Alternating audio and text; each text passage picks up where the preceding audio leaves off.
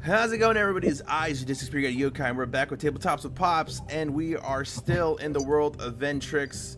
Lovely to be here, lovely to be back. We are joined by Amethyst playing herself. Amethyst, say something quick. Amy! Hello! Hi! We're joined by our boy Kiba playing Jay Blackstone. What's Gucci? We have our boy Cinder here playing Cinder. Hi. We have my lovely, by the time this is probably uploaded, my wife, Stony Faye playing Taria. Hello. And we got our lovely friend Elsenia playing the giant Demetress themselves, Vastaya. Howdy, people. Alright, y'all.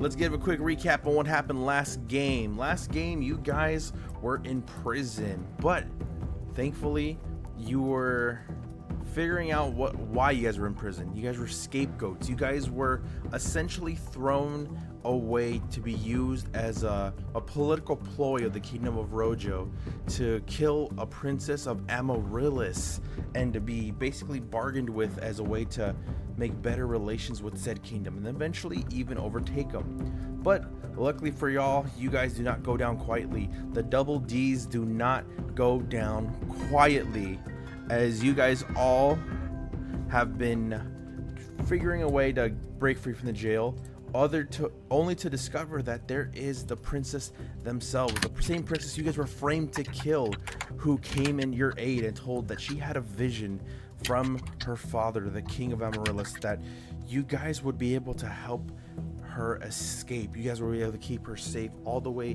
back to the kingdom, and you will be rewarded quite handsomely.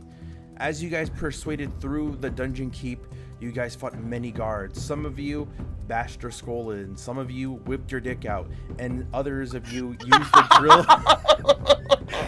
I can't. Others of you have used the drill to pierce the heavens. As you all got away down to the sewers, you were then met with a bunch of these rogue goblins and kobolds that you guys have all destroyed and taken care of. But then, out of nowhere came the great glass serpent, in which Jay and his spectral sister defeated with the help of both Cinder and Taria. You all were able to do this, all while two of your friends were getting busy in a little goblin keep room, stinking up the room with all that stank, only to make to make the goblins more excited. I love that it's the chats are still there. Like, if you scroll up, you can still see the chats. Oh yeah, that chat's not going anywhere. That's so funny. As you guys defeated the serpent and finished each other off, you guys decided to leave the sewers to be outside of the castle walls to the village and town. What are you guys going to do next? Let's find out. Come. What? Hard. That's already been done. Hard. Twice. It's twice from what it looked like and sounded like. Jesus. I'm sorry. Sorry. It was more than twice. Okay. Do you guys have any ideas or plans that you guys want to think about or talk with the group? I'm just here for the rod, to be honest. I'm just here for the rod. So now that we escaped, I feel We're like outside, right? we're outside. I can see a river near Kiba, and it's leading outwards. We could either follow that, if that's an option. If not, it's okay. I also see right next to us is the bridge, which is showing us right now I want some to buildings work on my deck quests, please. So we could decide to either go left or go right. First, I Stony want needs to her work dick on list. my dick list, please. Yeah, Stony needs that dick list. You need the dickless. Cinder worked hard for it. Jesus. Oh. Did you I'd guys? say not hard enough. He didn't touch as much dicks as I needed him to. You know that scene in what is it from I'm trying to think of. Did you guys ever watch the old sketch when the guys are playing Siamese twins, the brothers? Like an SNL sketch or something. It's kind of like that. It's an old internet skit when he's like, I want to see how it feels with my other hand. He goes, you don't have an other hand, you have that hand.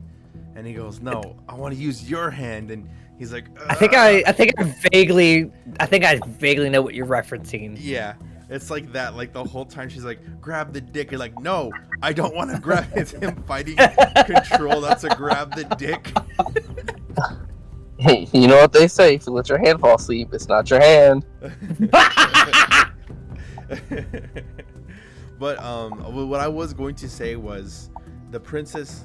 You guys are. Kiba, did you just say what I think you just said? What? You fell asleep, is that true? I'm just being honest. Hey. What I was gonna say was Now I'm like, I wish I had a dick because I'm genuinely curious as to, does it feel any different because you can't actually feel it with your own hand? yeah, I guess. The power of the phantom touch. I am done. I am done. Phantom touch goes imagine- beyond. You know Imagine what, if you were Kiba, somebody I who- cast rope on you. You are tied up now. You can no longer speak. You have a rope gag. Imagine being somebody who's lost both hands and can't use either Oh, of them. you gotta use your feet or your brain at that point. That's right. That's when you have to pay somebody at that point. You just gotta I pay mean, to get it done. There's always How hands does it free. every weekend? Okay. There's always hands free. What I was gonna say was, what you guys can do is, one of you, I don't know who is the smartest one, but if you guys are trying to get to the kingdom of Amaryllis, I would roll a knowledge check, but I don't remember which one of you has like the knowledge feats. That is a really good question. Everyone could just roll, and then we'll just take whoever has the highest one. Cool. Okay. Rolling. Are we just rolling anything? Oof, I got an 11 with fear. You pull up Alright. my. I got a 17 with hope. 17 with hope. Don't forget to mark your guys' hopes. Okay. Alright. Can I make my dick list now, please? Wait. Sorry, this is a question. So, are we doing anything? You're always rolling knowledge right now. Okay, thank you. And also remember to mark your guys' hopes. That way you guys remember that you guys have hopes. Okay, so Right. Can I use can I use a foot of the 50 feet of rope in my inventory and one of my crossbow bolts to string the dicks in my inventory together? if you want, go ahead. Yes. So while y'all are trying to figure out what to do, you see Atramentaria just pull out the 5 dicks that she's had you guys graciously collect for her in battle, and you just see her take one of her crossbow bolts and a bit of the rope and just stab aggressively through the dicks with the rope tied onto the crossbow bolt and just pulling them just really roughly, like no care at all that these were a part of a human being or Amethyst, living did you being at roll once. for your knowledge? Sorry, I was waiting. For my knowledge, I rolled a 10, 6 for hope, 2 for fear. 10. Okay, so mark that you have another hope. And Jay, what did you get? I got an 11 with fear. All right, that's where I got fear from. Sorry, I'm also trying to find where to roll because. Oh, it's just the knowledge part where it says knowledge. Yeah, but I'm trying to get to where it Oh, says you're all of this. Oh, you're good. Yeah. So that's Okay. happening while we're figuring out where everyone Knowledge. is. You just witness the aggressive stringing of cocks on rope. The cocks on rope. Yes. I mean, are they all different sizes? Or was they're very Cinder excited. I rolled a So 13. I took notes. Okay. Notes. I had 4 guard dicks. 2 Yeah. of them came from tinier guards. 1 of them came from one of the bigger guards, and then 1 of them came from the guard that I killed, which I think was kind of like a medium-sized guard. And then I have a goblin dick. And I feel like the goblin dick looks kind of like crooked and bumpy, and Warts. crooked and bumpy? Yeah. So that one's like in the middle. That one's like the gemstone of the 2 other guard dicks we have. And I'm basically you got the goblin dick in the middle. Then you have the smaller guard dicks on the other sides of the guard dick. One of them's non-circumcised. One of them is. This is important information. You all should remember this. Okay. And then you have the 2 bigger dicks on the outer side, so it's kind of like a nice little cascading dickless. You know what I mean? Got you. Okay. So basically, you have 2 Asian-sized dicks, 1 my God. black-sized dick, and 1 white-sized dick. Is that correct? And an infected dick. Yes. Okay. An infected fuck. Who rolled the highest rolled was 17, actually- Atramentaria. You rolled 17. While crafting the dickless of your dreams, you did have the chance to tell everybody exactly where you should be going to get out of not only town, but the best course of action to get to Amaryllis. You explained that Amaryllis is east of the kingdom, which would be left for you guys, is left or east towards the kingdom, and the best way to get there without being seen, because you guys are all it is high alert in this castle, or in this city as well, is to go through the shanty towns and then eventually hit the Withering Wood. And through the Withering Wood, you should be able to make it to the lake of Cerulia, and through the lake of Cerulia, you'd be able to eventually make it to Amaryllis. Okay, I got this. Sounds good. So, you guys see this? She's See gonna me wave the aggressively? I'm aggressively stringing the dicks along as I'm telling you. Ouch. The best course. I'm so glad I decided to stream this. Best course of action is to go through the shanty towns and just make our way through there. Take a left right up at this bridge. We should make our way to the Withering Woods. And there we go. That's the last stick. Okay. And then we should be able to make our way to the Ceruleus Lake. Yeah. Do you think we can find somewhere to rest? Do you think any of your fungal friends could give us asylum just for the night? I could ask.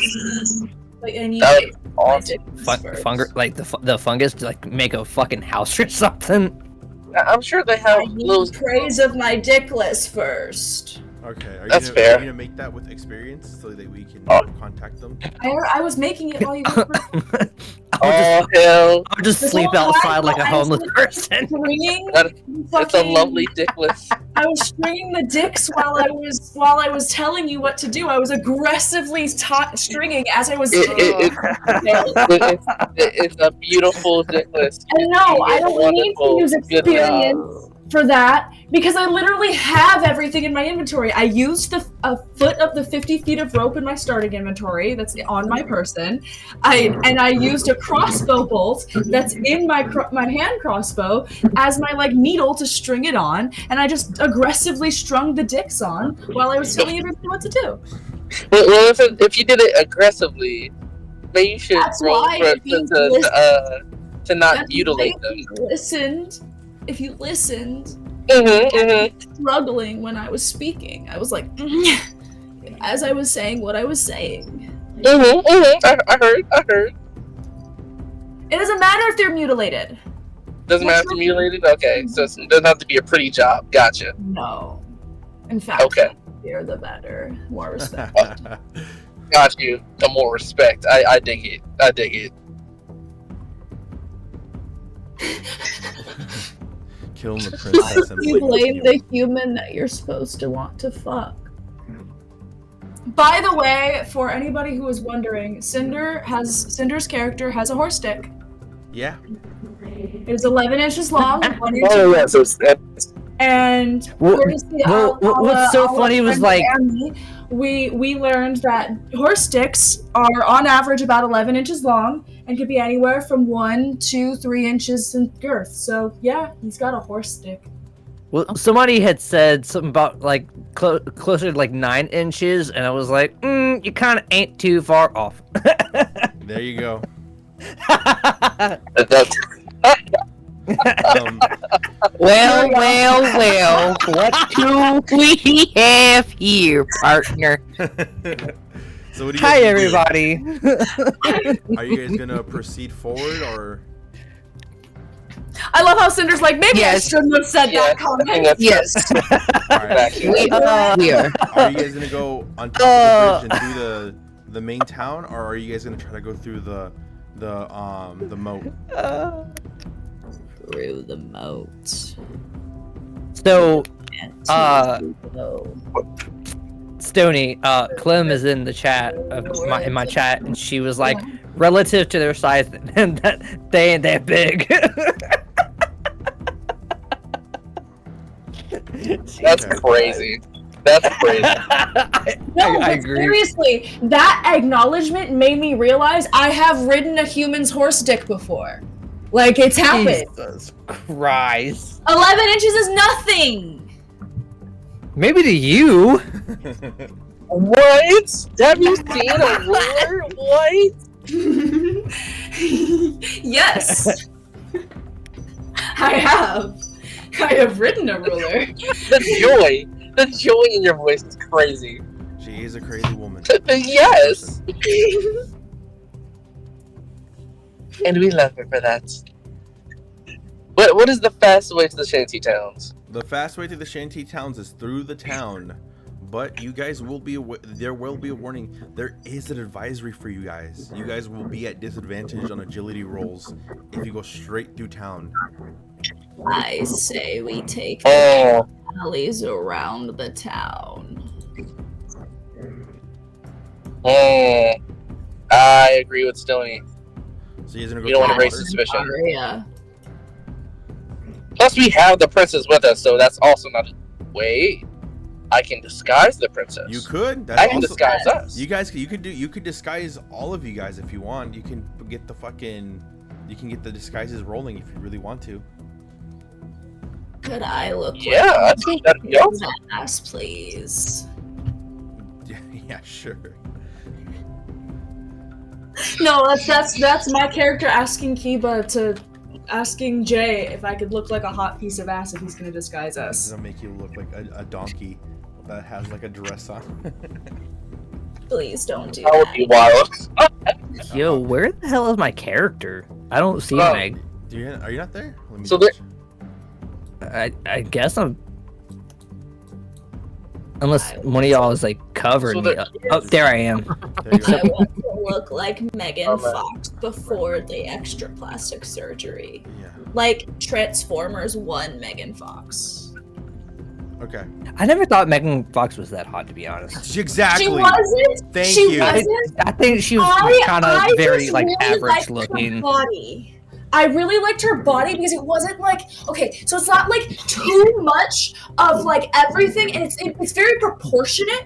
That's why I say pre-plastic surgery. It was very proportionate, but still like that motorcycle scene in the Transformer, that did things to me as a kid, okay? That did things. I knew I wasn't straight from that shit, okay? Oh. Okay, so what do you guys? Okay. What plan do you guys going with? Disguise Oh. or going through the moat? unfortunately, I can only disguise myself. I'm sorry. I have misjudged my skills here. I'm so sorry. Attainable, technically. Yes, Clem, it's attainable. Okay. Yes, Well, I'm there's always Attainable technically, you just need a bunch of vodka to dehydrate. That is true. There's- Fucking Clem. there's always There's always I through the can't. wood. I Can't think even we should go through the wood. Over the woods and through the hills to grandma's house we go. Yeah. That's how it goes, right? Yeah. This thing definitely did a lot for me as a kid. Els, if you're gonna try to pickpocket, I'm going to need you to make a finesse roll, and also be aware that if you are going to be in the town, you are going to have to roll an agility score as well, so that way we can, if the guards do see you.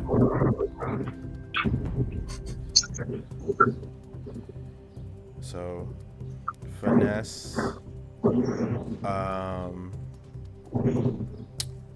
So that's gonna be 7 with fear. All right, let me add a fear. Yay, 10 fear. Roll me agility, so they see at disadvantage as well, so they can see, so we can see if the guards see you. Can I go into beast form? Yeah. 11, 14. Don't forget to put disadvantage, so roll me a d4. I mean a d6, so that way I can subtract that from the main score. I spend my Marcus stress. What happens if I have 2 stressors? Nothing. You just have stress on you. Until you take a rest or roll a critical, then you don't have to. That's when you can clear your stress. How do I do a D6? So It should be on the roll on roll 20. If you click the dice on the left hand side, there should be a dice option, and it'll give you a bunch of dices that you can roll. The little arrows to the right of the duality is where you'll see the dice for d6. 3. So let me see. 3 subtract 14 is not. No, that's 11. Yeah. I said everyone's making this roll. No. Just because Vostia decided to just go straight into the town and try to pickpocket, but So, my character, in noticing that Vastia is going straight into the town, I turn and you see me just just melt into ooze on the chair, and then the ooze recontorts into a black cat with glowing white eyes. Okay. And I go to follow Vastia. I growl just a little bit. I have the ability when I'm in this. When I'm in cat mode, I have companion. Yeah. Where I can help an ally and roll d8 as advantage. Okay. Can I try and help Vastia so she doesn't get in trouble? Yeah, you're gonna roll for her agility. Yeah, I was gonna roll for her agility. Okay. That was okay. Yeah, go ahead. That's fine. I don't want to start fucking everyone over just yet. We just started, so I want to warm us all up before I start using the fears. But what if I want to get fucked over? 7, nice. So that takes it to 18. So yeah, the guards don't notice. You do fail the finesse roll. The person you were trying to basically rob, they essentially like moved out of the way right when you were about to try to grab their whatever their pocket of gold. But you were able to notice that there are guards around you, and because of the, let's say, because Stony turned into Tari became a black cat, they were able to kind of distract the guards so the guards didn't notice you off in the Oh distance? no! I got this. I curled up. Mm-hmm.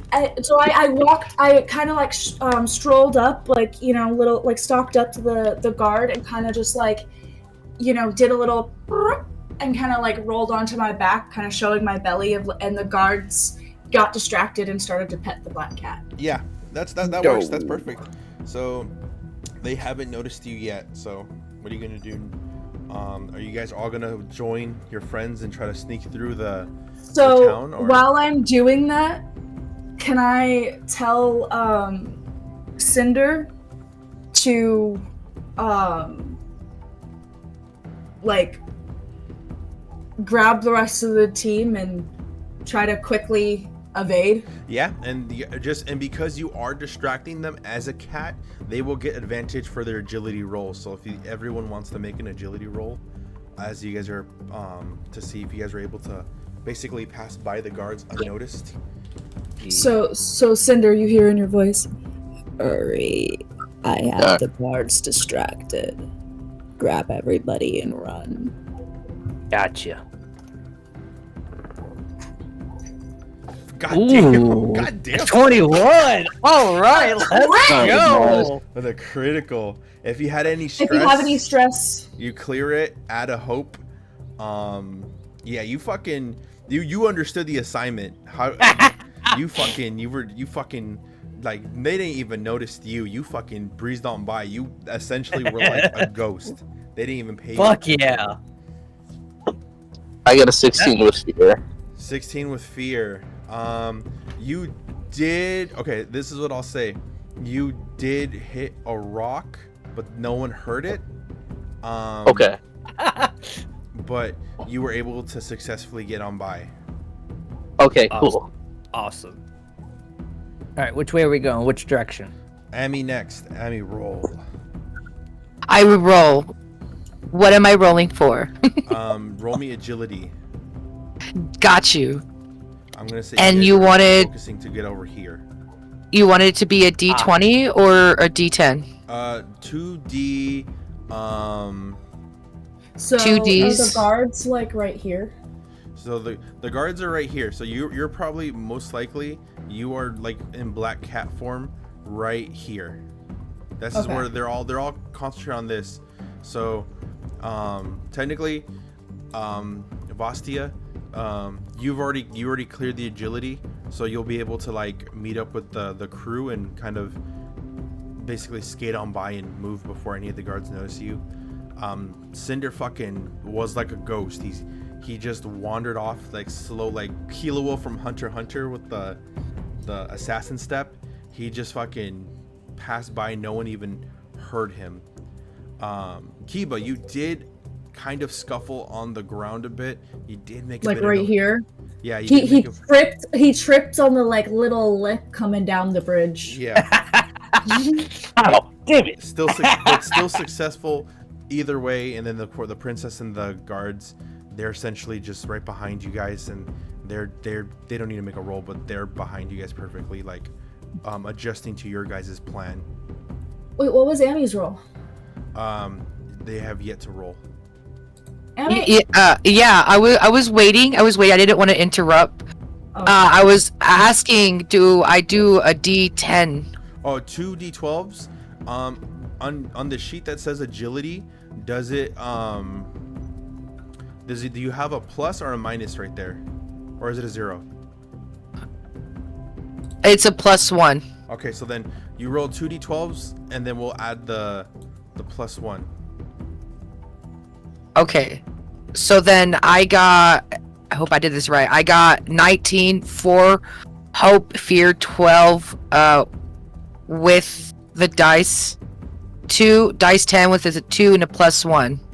Okay, so you rolled with fear. I already have maximum fear, so I'm not gonna add another fear slot. So just like Kiba, you your rocky elf skin kind of scuffled the ground just a bit, just enough to like make a noise, but the cuteness of the cat like purring and chafing and just like wanting to be pet by the townspeople and guards is just too fucking infatuating that you're able to kind of slide on by.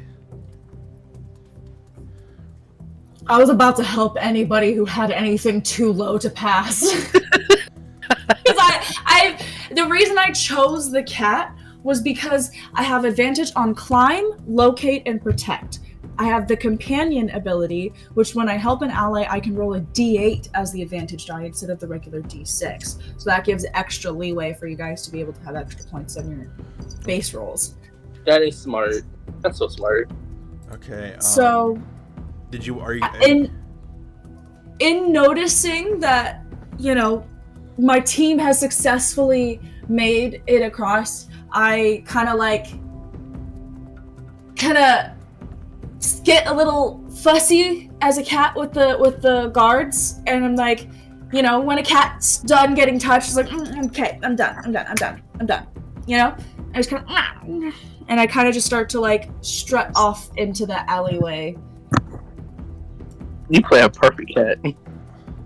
Awesome. I own cats. So you guys will now be moving on to. Are you guys want to move straight to the shanty towns, or did you Wait, want to like? actually, correction. Mm-hmm. Can I jump? You Can I jump up onto the like rooftop? Yeah. Because I wanted to make it so that it doesn't look like they're trying to follow me, or like they can't follow me. Because, you know, what if someone wants to follow the cute cat? Do I roll for anything, or did I just jump? I'll say you just, because you're already in a cat form, you can just move.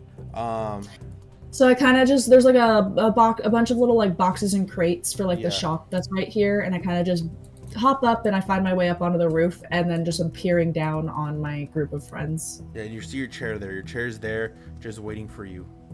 Oh wait, hold on. I got this. I'm gonna draw my chair again because, you know.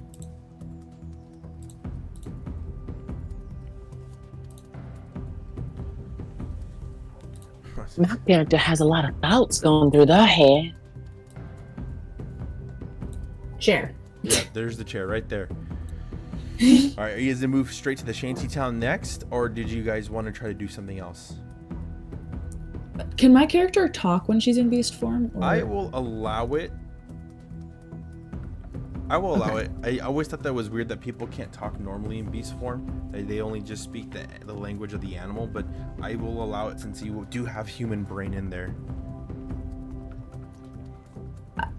I say I we like head. for my character. Sorry.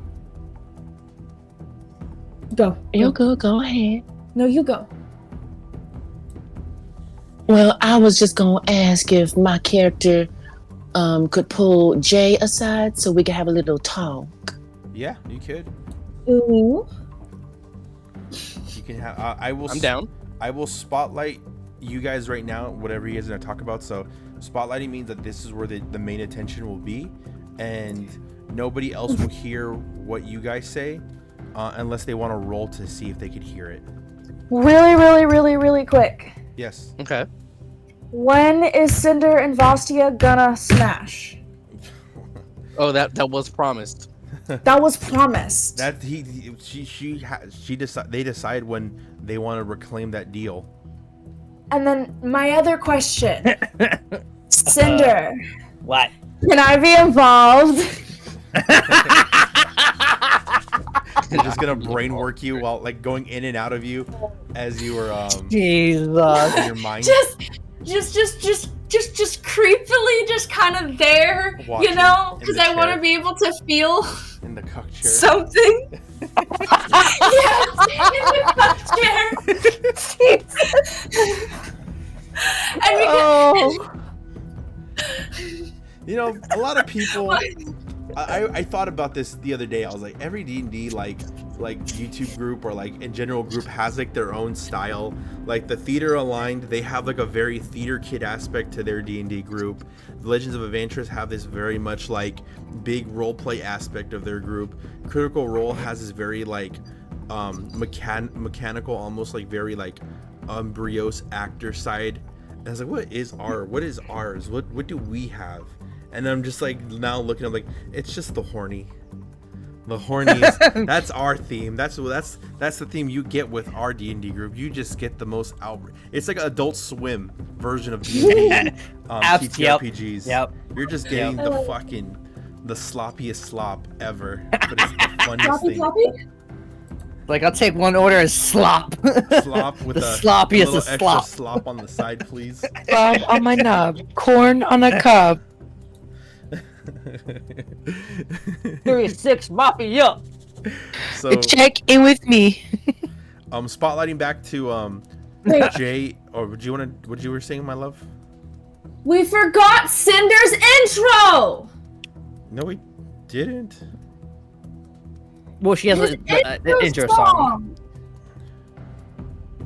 Oh, for his stream. No. Remember, I found the perfect song for his character's intro? He has to, I like, remember introduce this. me or something. I did introduce I you. wrote it in the chat. No, you didn't. Listen, Linda, listen. Listen. Listen. In the out of character chat, I sent a song that is Cinder's character. Either it's his intro or it's his song when he's fucking. Those are the only two options we got here. Oh. Like a 70s porno.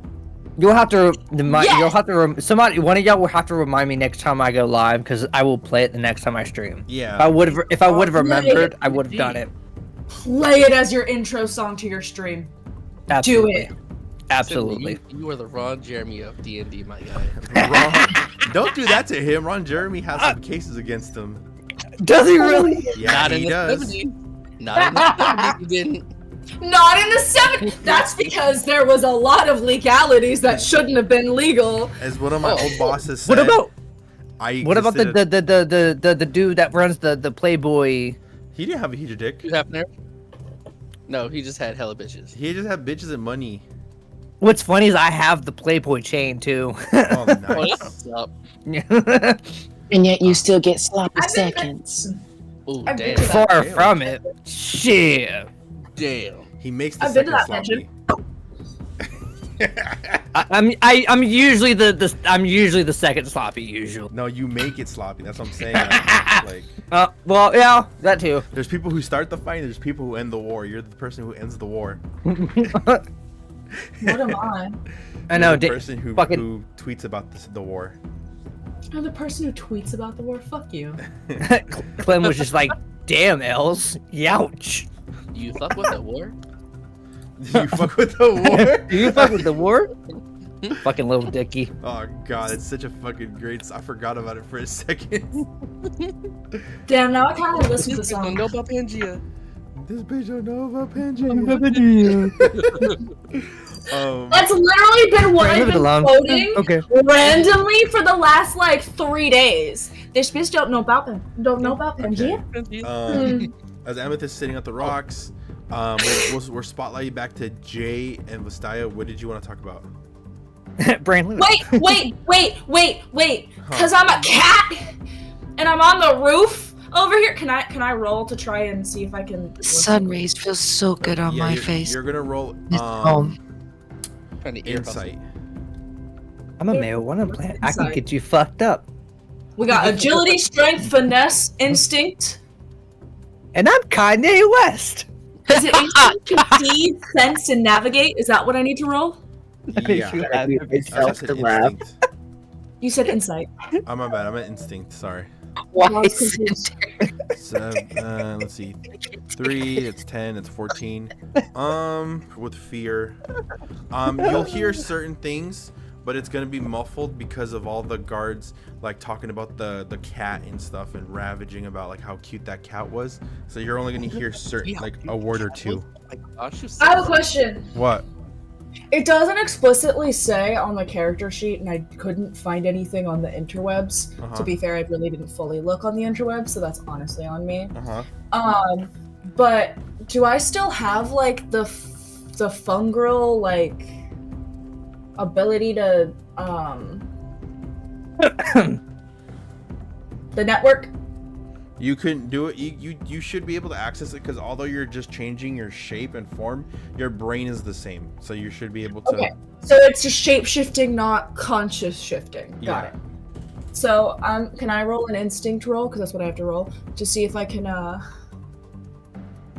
try and see if there's any fungrels nearby who will give us sanctuary. Yeah, I mean, you kind of already know this from the last campaign. You did do this, and you were able. Well, I know that there's some nearby, but what I asked was if they could help, and everyone was just like, "I don't know what you want us to do, bud." Well, you know what I mean?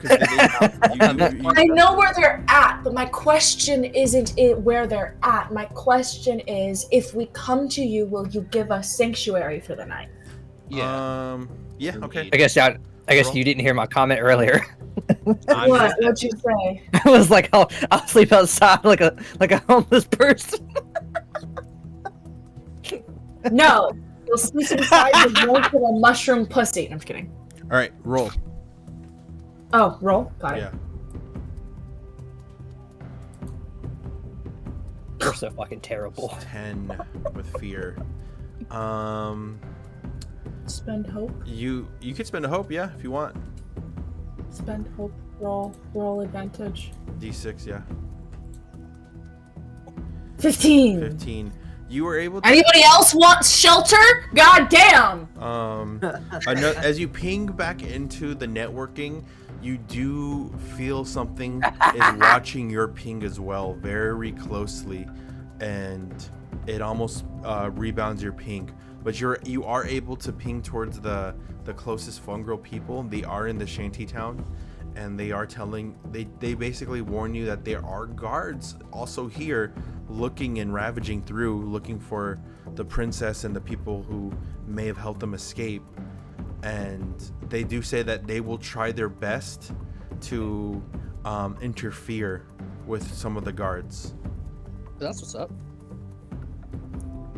Clem asks, is mushroom pussy savory? I'm just curious. Call her umami.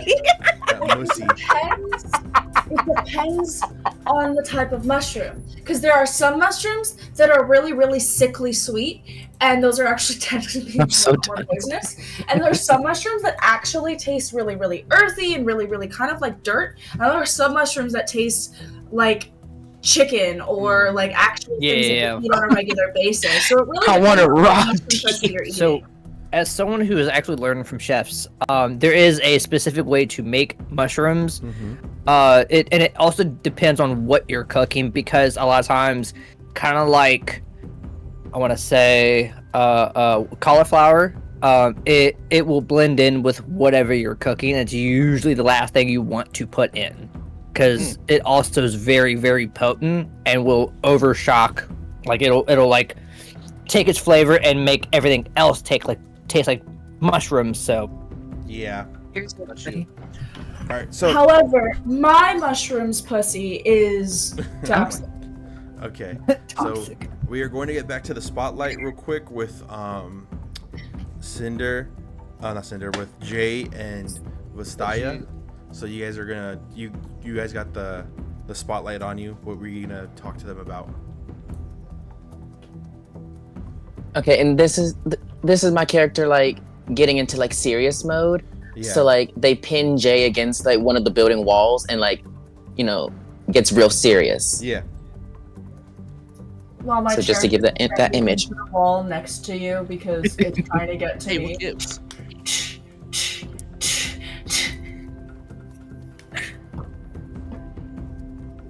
Okay.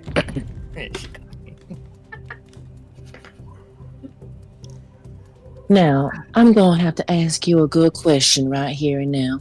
You got some nerve showing your damn face in front of me, knowing what happened last time. Look, the job went sideways. Yeah, boy. The job went sideways. There's nothing I could have done. I'm sorry. I don't frankly give a damn what that job went sideways. I don't really care for you, and I personally, you should be very thankful I haven't killed you just yet. It's gonna take a lot for that. It's gonna take a lot to kill me. You know that, right? Cocky much, aren't we? Oh, I'd be more than willing. I'd be more than willing to bash your head against this wall right here if you want to try. With all these witnesses? With all these witnesses? Wait, I have a question. Oh. What parts of this do I hear? You hear something about a job. I'll explain it after they're done with the roleplay aspect. Okay. That what you do here and what you like basically was like. Wah, wah, wah, wah, wah, wah, wah, wah, wah. Not the Peanuts reference. Sure. Oh, honey, I can guarantee you nobody will see a thing. I mean, I may be a seraph, but I do have a second side to myself that even you don't know. That's fair.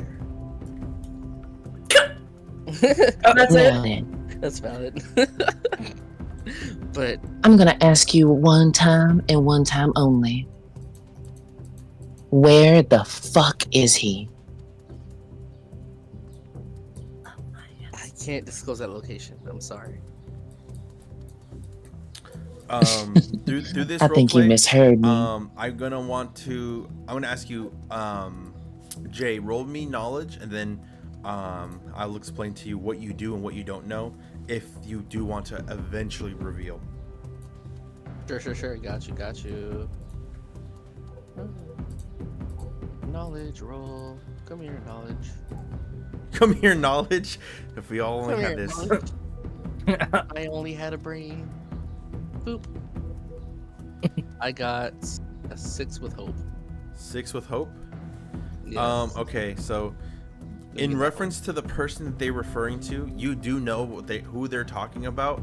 You only have an idea where they could be. The exact location, the exact everything is basically oblivious to you. All you know is that they were last seen in Verde. Look, I can't say much. You already know how I work. When I have clients, I don't disclose anything. Or else I die. That's how this works. But I can say one thing. They're near. And what is that? They are near or in Verde. That's all I'm gonna say. So is this the I end do of the thank you roleplay? kindly for this. Because when their roleplay ends, can my chair ram into Kiba? It could try.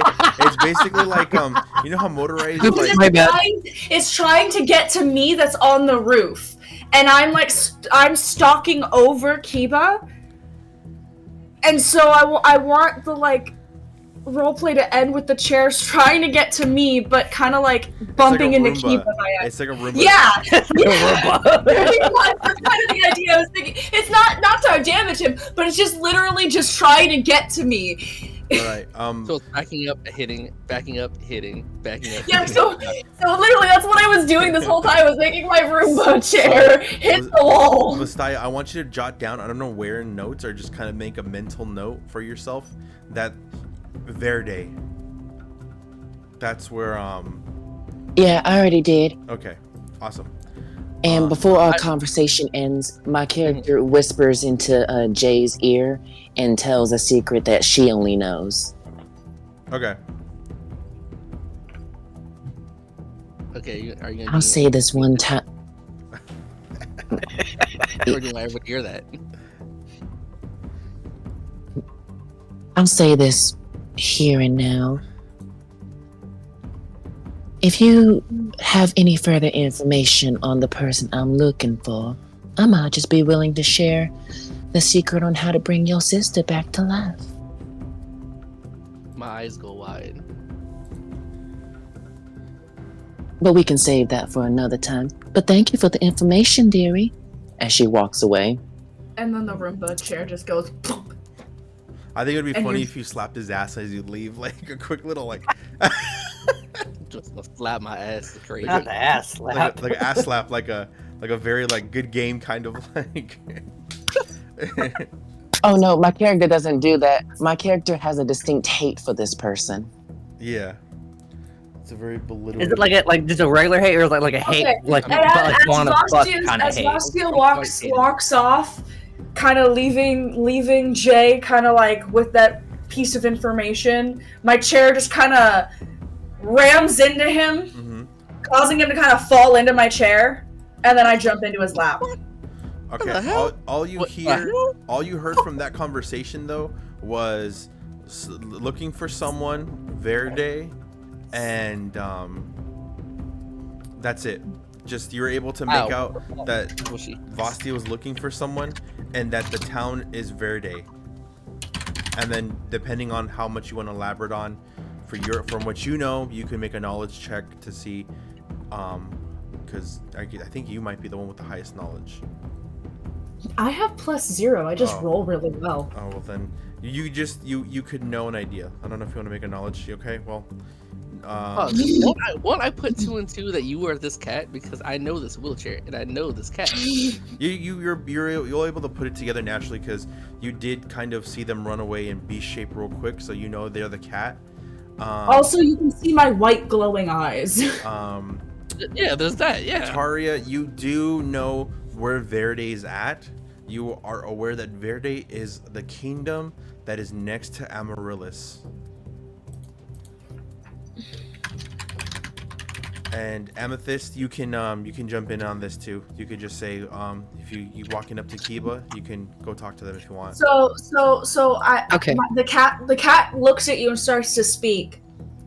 It's not good taste to keep secrets from the team, especially if we're going to an area very close to where one of our teammates may just decide to leave, and we'll be fucked. Amethyst puts a paw on Kiba. I agree. Meow. Look, you guys just understand. And I just like, I don't really care, and I just hop off, and my chair kind of just dumps you out of it. You're just left on the floor. You too, chair. I hop into my chair, so like I'm kind of technically sitting on my chair, but I'm still in beast form because I can locate still. But I'm just sitting on my chair. Okay. I stand up and brush myself off. Are you guys gonna start heading towards the shanty towns now, or are you guys gonna do something else? Yes. We need to find the silence. Yes, we'll head down to the shanty towns so we can get settled, because we can't really do much if we can't get our gear back. You guys do have your gear back. Oh, we do? Yeah, you guys. It was outside the jail cell. You guys got it. Amethyst looks down to her kitty cow now. Oh shit, my inventory is full. Never mind, guys. Crazy. All right. So as you guys go on to the shanty towns, you guys now are present to seeing it. You guys will be coming from over here. Let me set you guys where you guys need to go. And I'm probably gonna have to make sure that you guys are autonomous, because it seems like this is how it always works over here. Mhm. Autonomous. Oh, I know for a fact that you're still waiting to get back to your computer, so I know I have to use you, Jay. Mhm. Vastaya. I'm back to my computer now. Oh, you are? Oh, my bad. I didn't know. Yep. I'm out That's here. all good, Doug. Amethyst. Okay. My character literally thinks to themselves, "Where's the sludge bitch?" Oh my goodness. Now I know that we have our inventory. I'm gonna do so much more. All right, so You there are. literally can just see a cat on her chair instead of the sludge. So the visage you guys do see, because you guys are right over here. You do see a guard in front of you. He is guarding this gate. He is not aware of you guys yet, but he is behind you. Can I use my distract kitty belly again? You can, and it will be distracting. He will be vulnerable. If you guys want to do a quick takedown, you guys will have advantage on strength to put them down quick or pickpocket them or whatever you guys want to do to them. Just let me know what you guys want to do. In my So I was distracted. my character Can your character? Can my character just outright kick them in the nuts as hard as ever? You could.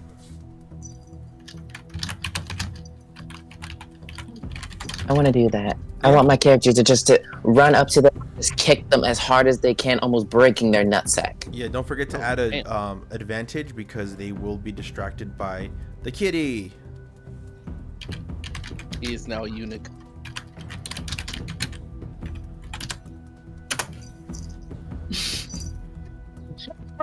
Oh my god! Wait, wait.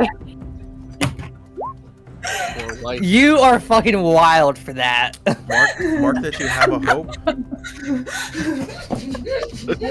Poor wife, dog. So you have. Oh That's You know what makes it even better is I am fully tied up right now while we 24. were playing. 24 with That's- hope. So you how do you do it? How do you want to do it? How do you want to kick them in the nuts? Oh my god, is it going to like is it going to like incend the ball? Is it going- Inside. It's We'll going find out inside. when Vastia tells us how they do it. Okay, so my character Lily sees the guard and thinks he's in our way. She literally goes up to him and literally just taps his shoulder and says, "Excuse me, sir, can you look that way?" And the guard looks sideways. And then she instantly, with all her strength, everything she has, she kicks him right in the nuts, and his nuts come out of, go straight into his body and come choking out his mouth. Yeah, you Oh rolled my high enough God. that it kind of happened. So you killed his guard, but you did kill him silently enough. Like it was a quick action that The ball went in it was his almost throat. instantaneous death at that point. Can someone grab his dick for me? Please? I'd like to add that to the defense. His scream was muffled by his own nuts. That's crazy. Meow. Wait, Don't forget me it. me as a cat, can I grab the dick? But You no, can't. 'cause You're gonna have to grab it with your mouth, your cat teeth. Yeah. Okay, Oh. so after you just see the black cat go up to the crotch area. Is there like a zipper? What kind of pants is he wearing? I need to know this. He has For those- information. He has first off, he has like those like the chain skirt, but under he has like the leather pants. Is there like a button? Is it just like Straight. tied Slide them together down, baby. haphazardly with like some? Okay. So I crawl under the chainmail of the skirt, right? Yeah. And I with one claw, I just, the little rope, tying it, and then like put my face into his pants, and I just and I bite his dick off. Jesus Christ! Yeah, and then I just kind of crawl out, and you just see this cute little black cat with a fucking dick in her mouth, and I just drop it on my chair. Yeah. That is Can fucking my disgusting, but good job. Good job. I'm proud of you, Stony. Can My my funny. character? Can my character like? Can my character collect the nuts and give them to Cinder as a gift? Yeah. You No, can. I no. I don't want them. You gotta give them to somebody else or drop them. So I don't want them. I don't want them. I don't want them. I'll hold them. Those good earrings for my My dick. meow meow is not full of inventory. You can place them in my meow meow. I could use them to make some matching earrings to my dickless. Meow. I'll put them in my inventory, Funky. Okay. So you grab the balls out of the mouth. God. Just drop Yeah, them on I the ground, grabbed honey. the I'll pick balls. them up. Don't worry. Wait, what? I grabbed the balls and hand them to Cinder. I stuffed them in Cinder's pocket and said, "That's a gift for you, human." You guys are gonna make me crash the fuck out. I'm gonna crash the fuck out. I don't want them. Amethyst I don't want Amethyst them. reaches over to Cinder's pocket. May I touch your pocket to take these beautiful And I'm like, balls out? absolutely not. And I smack her hand away. I'm like, don't touch me. I don't want them. I'm asking you, can I take them from you? Hold on. Don't you smack my hand. Do you know who I am? Not yet. My name's Amethyst, but don't you lay a hand on me. I'm taking those balls away from you because obviously you don't want to manhandle them. So I'll do it because I'm a woman, obviously. don't And have we any. all know Miss Amethyst over here loves being smacked, especially by big, meaty women. Don't you start right now. I'm serious. Thanks, But Tim, because later. it was not letting me send that. No, you're good. Hey, Papi. I was like, it's not even sexual. It just says NSFW. What'd you say? What'd you say, Keeps?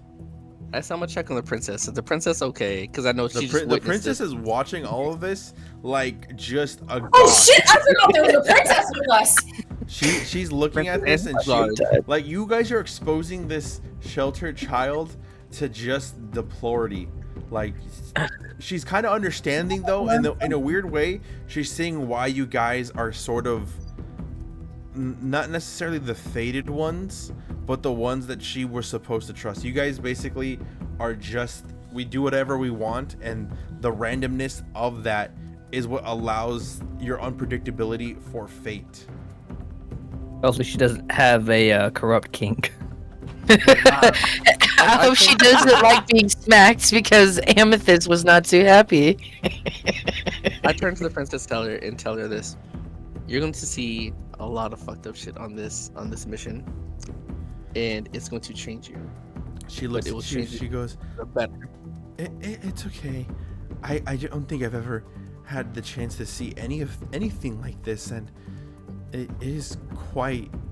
And she just like has a big gasp, not a gasp, but a quick little pause as she looks over at Cinder getting mad, trying to fucking yank the, like, not wanting to take the balls that Vosti keeps trying to shove in his pants, and Amethyst's hands like, give me.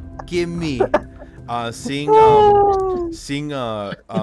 Tari just make add another collection of penises to the chair, and just like, she's like, and it is obvious to see why you guys are hard to predict through prophecy and fate, but I think I'm starting to understand how you guys are maneuvering around these aspects of life and fate.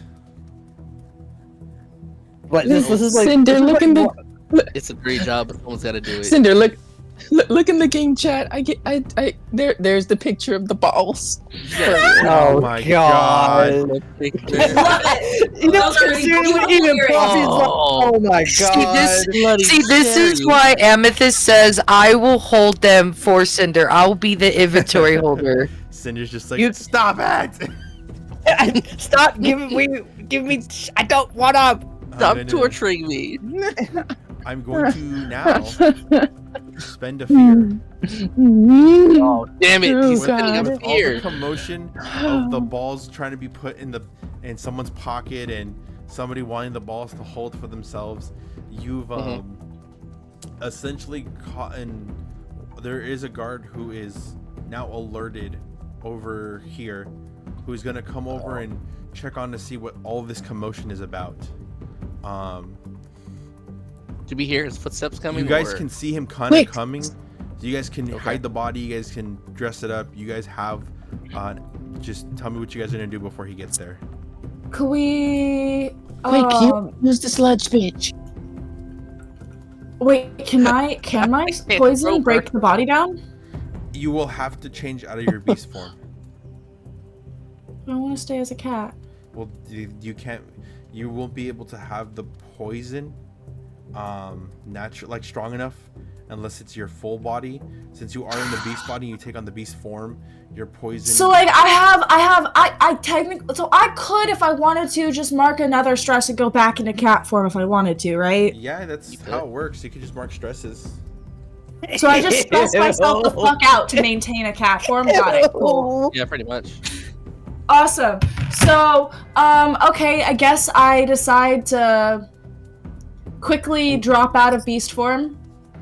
Okay. And you just see the cat. Keep in mind, I'm still in this fucking guy's lap that I've taken his dick from. Yeah. Right? I'm still sitting in the dead body's lap because, you know, affinity for the dead.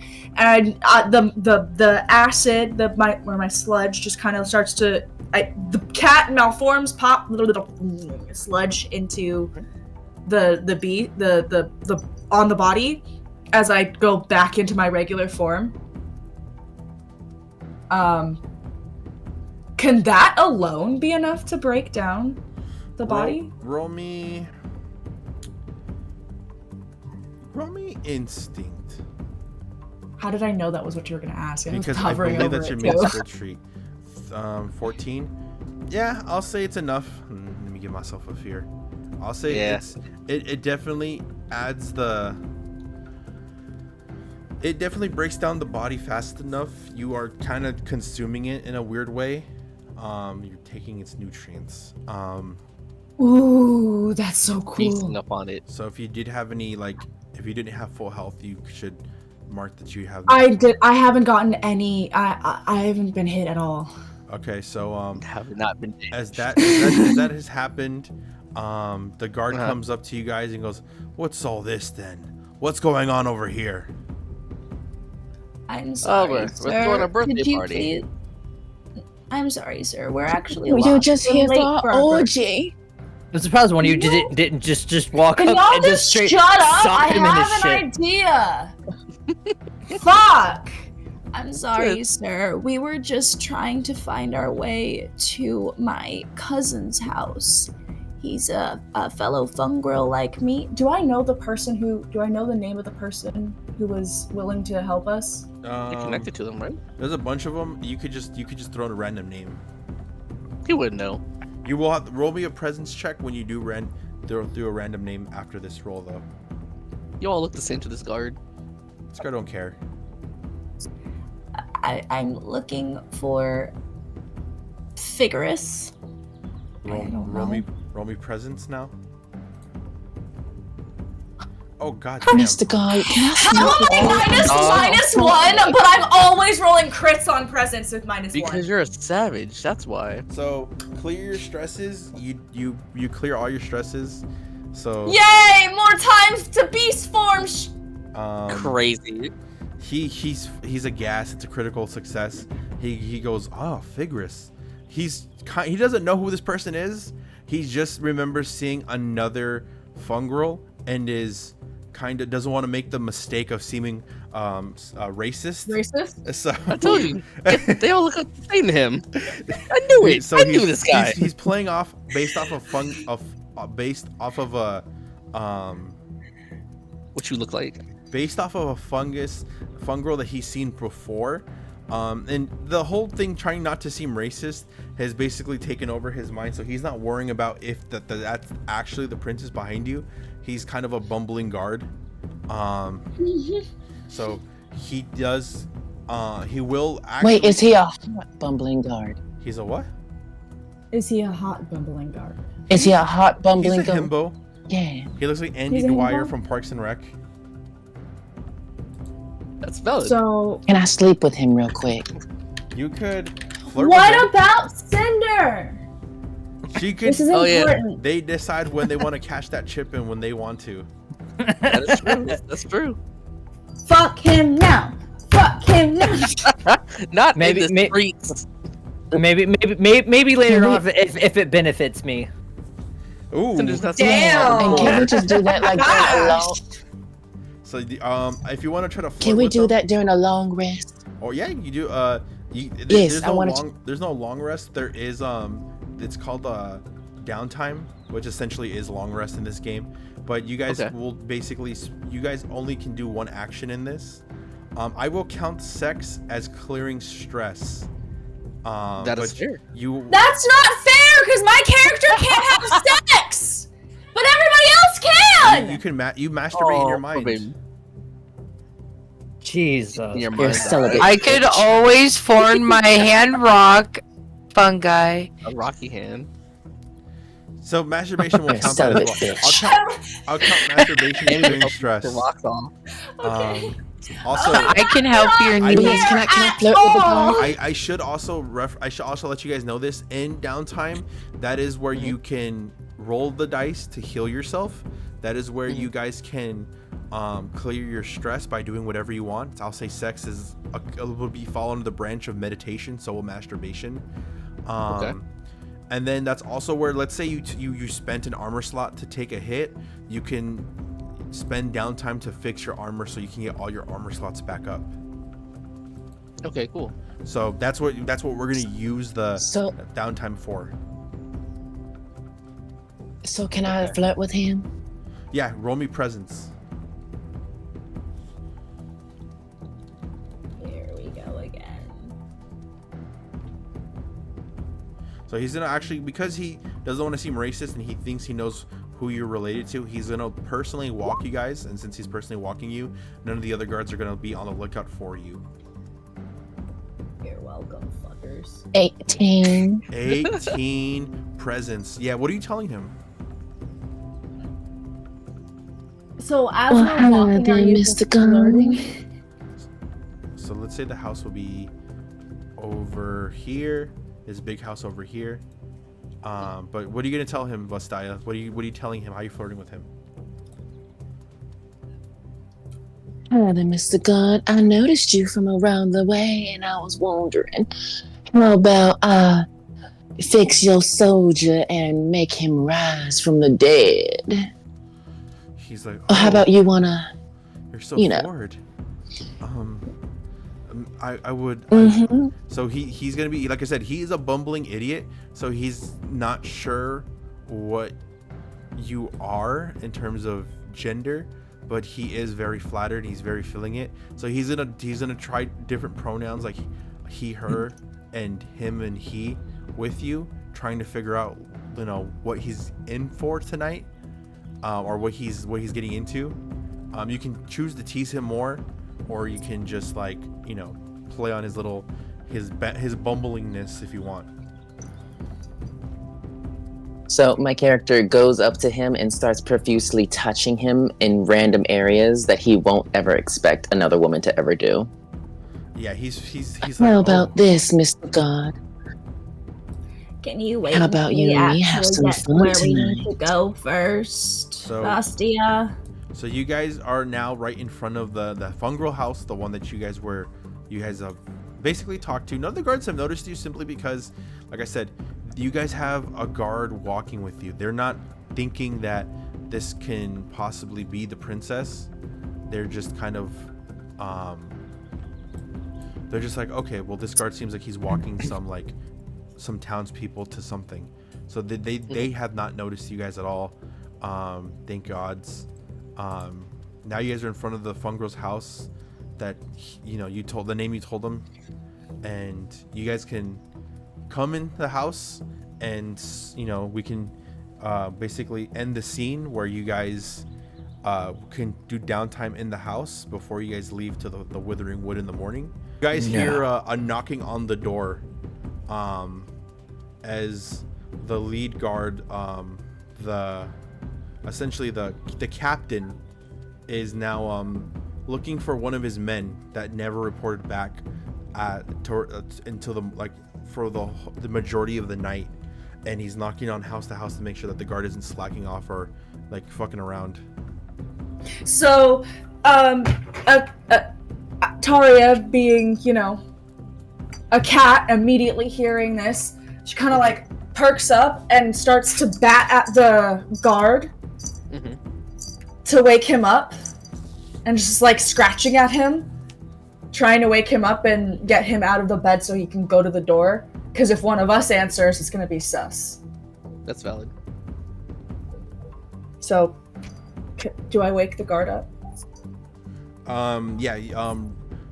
He wakes up and he runs to the door, and he's like looking kind of half ashamed, half this, Covered in cum? covered in cum and bite marks and what looks like red lashes and like bruised skin. Like, he is just like a sight for sore eyes. And the captain is like, what happened here? And he's trying to basically like insinuate to coming in, reminding you that their princess is here and you guys this is a more competent guard. So, in that, I also wake Kiba up. Okay. Okay, I'll wake up. So, and I'm like, quick, disguise yourself. Convince that guard he has nothing to worry about not to come in. Fuck, okay. Damn, alright, got you. So, I disguise myself as And that's a domain card, correct? It is a domain effect. It's uncanny disguise. Okay. Mark what you need. Got you. It is. I have 2 tokens. So that marks 1 stress. Got you. I turned myself into the guard that we had killed back in the castle. Oh, smart. And I come and answer the door. Well, the door's already answered by the guard who's flustered and doesn't know how to explain, and we need somebody to stop him from coming. The main guard to stop him from coming inside. So this guard is technically already here. Open the door. Yeah. We just don't want him to come inside because Princess is sleeping right here. No, I understand. I'm trying to figure out what I should say to him to There's not that allow broken. him in. Get it? Damn, all that extra how many heat haven't- flushed how in much his do you have face didn't until even he, cleared out. Papi, how much time do you have until he barges into the house? He's currently trying to make his way in. Like, he's politely trying to say he wants to look. Okay, so I go to the door and he sees that I'm a guard, right? Yeah, he sees another then- guard. He goes, "Oh, another guardsman. Like, what was going on here? What happened? Why is he covered in all this fluid and bite marks and lashes?" The family here, they have come down with a very rare disease, and we have a plague doctor on his way to come make sure that they are okay. One of them was very ravenous and started to attack this guard was out of their mind, but they have been sedated and everything is good here, sir. He roll me a presence check. Let's see if this fools him or not. But come on, please. I got an 8 with hope. 8 with hope. Okay, I like use to my stand up. companion Uh-huh. so I can help my ally, and I roll a d8. Yeah. I'd like to spend a hope too. Okay. Also, I realize I don't have to spend a hope for when I do the companion trait. It only says to use a d8. Okay. That's it. So here's a d6, right? Yeah. You got a That's 2. +2. Okay. So So what'd you 10. get? Kiba? I got a +2. Okay, so 2, 4 to 8, 12. 8, 9, 10, 12, 12. Yeah, he thinks that there's something going on, but hearing that there's sickness and illness, and seeing how this other guy looks, he doesn't really care for what might be the truth, so he's just going to accept this and just move on with his day. And he just looks at you and he kind of goes let me see something. He's going to he looks at it, he goes, "Oh, okay then. Well, I'm gonna make sure." He just kind of looks away and goes, "Well, get back to work, you do too, and meet by the castle as we continue our raids and searches for the missing princess and the people who set her free." I salute. Yes, sir, Captain, sir.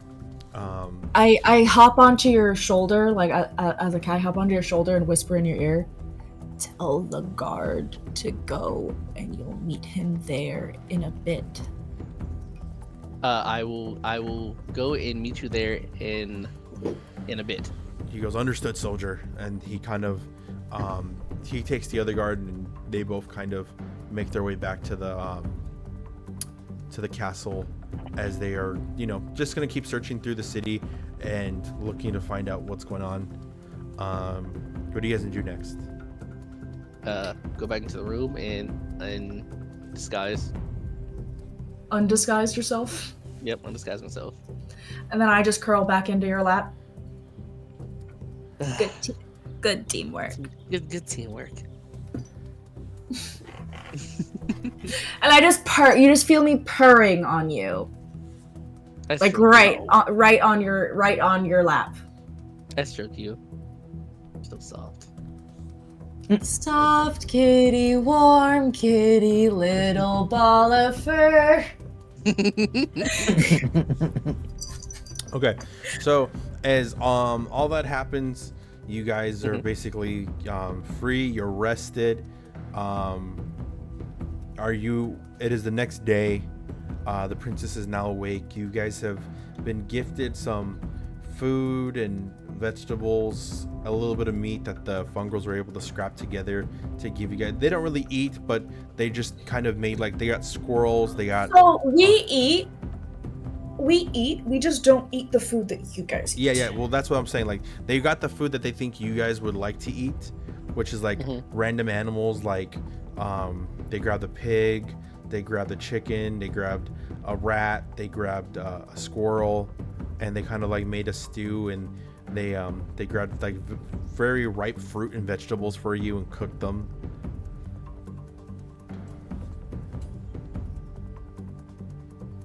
Can I have like a conversation with the fungrals? Yeah. Just like kind of just chilling, like talking with them and like asking if they've like seen any suspicious people looking for, like, not necessarily directly saying looking for me, but like looking for a fellow fungrel. They do allude to the fact that they were pinged by a fungrel from across the land, and who seems to be looking for their daughter. Thank you. I just needed to. I was wondering if I got the same ping as you guys.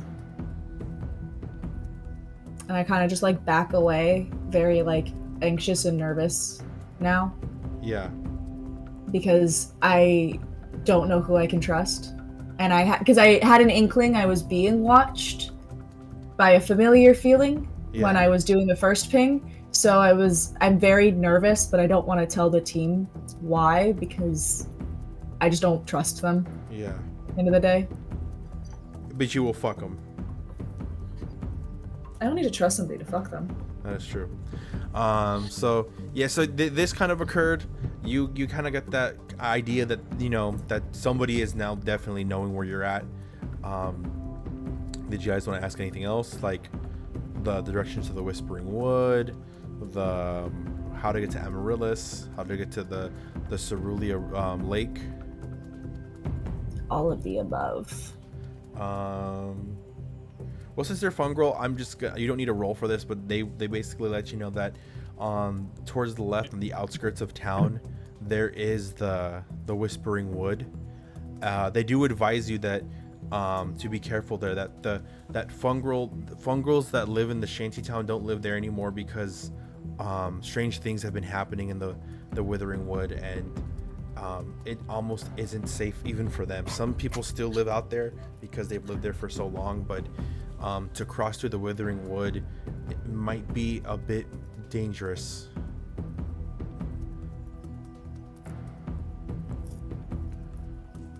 So I relay the information, omitting the fact that I know that people are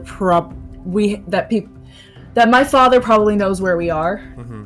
But omitting that fact, I tell them everything I learned from the fungrals, and, you know, ask, should we continue on towards the Withering? The way I see it, if my race is leaving that area, then some shit's must be something bad. That's valid. I would just like to actually want to disguise myself again, and I'm going to transform into a random villager, just like a random guy I saw around town, right? Okay. And I just want to check around town to see if they have any wanted posters of us around town. All right. So I will mark that. That's 1 stress. Mark that stress. That's 2 stress. Roll me knowledge. Roll me knowledge. Cool. Give me 1 second. Do you have any expertise that would help with gathering information?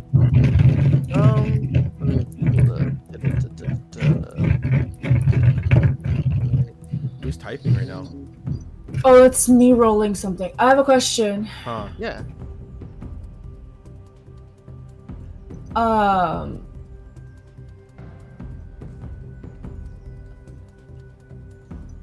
Are we in like a natural area, or is it more of like a city scape?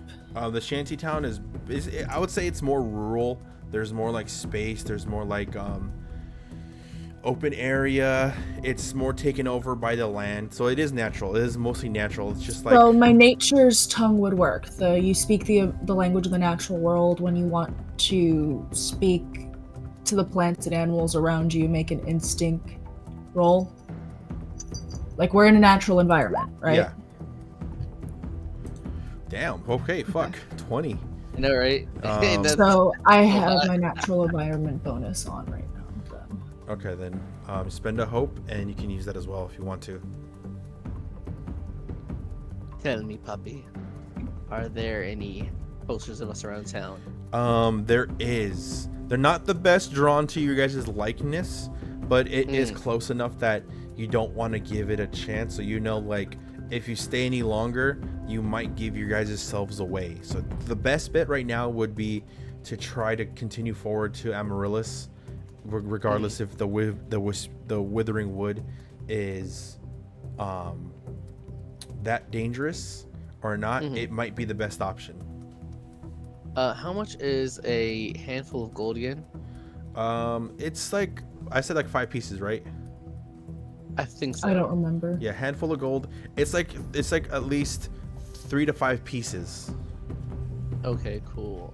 It's a handful. I would like to go to the local shop just to see what they have there. All right. I'm disguised, so no one's gonna be the wiser. Okay. Can my character follow behind them because they don't trust them? Yeah, go Like ahead. in like. Are you trying to be sneaky, or are you just following them, letting them know I don't trust you? I'm fucking following you. The first one. Roll me agility.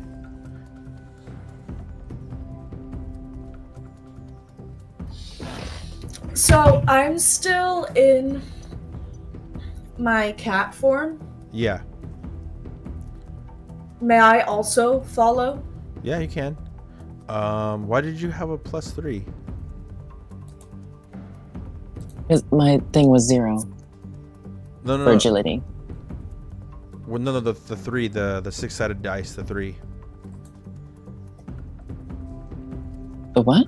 You have a 3 You have from the 6-sided dice. Like, where did that go? Did you have advantage? Or did that come naturally? I don't know. It might be a perk from one of your skills. I'll allow it. Fuck it. So yeah. So basically, with hope, don't forget to mark your guys' hopes that you guys have hopes. Yeah, you follow him. You're very sneaky. You despite your big size and your the color of you were able to follow them without them noticing. And then you wanted to follow too, Tari. Yes, sorry. I'm got a wave of pain. Yes, I did. Okay.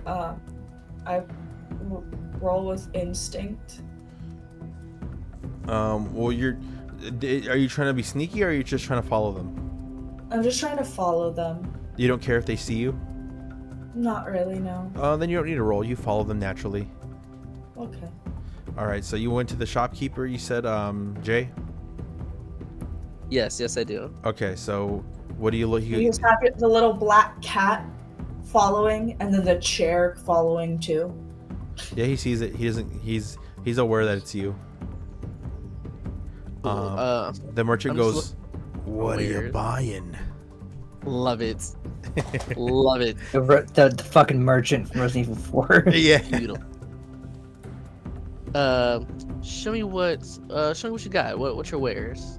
He go for your wares. He goes, "We got gibbison armor. We got leather armor. We got hide. We have chain. We have plate. What are you looking for?" Let's see. What are you looking for, You have- stranger? what kind of potions do you have? He goes, we have stamina and we have health.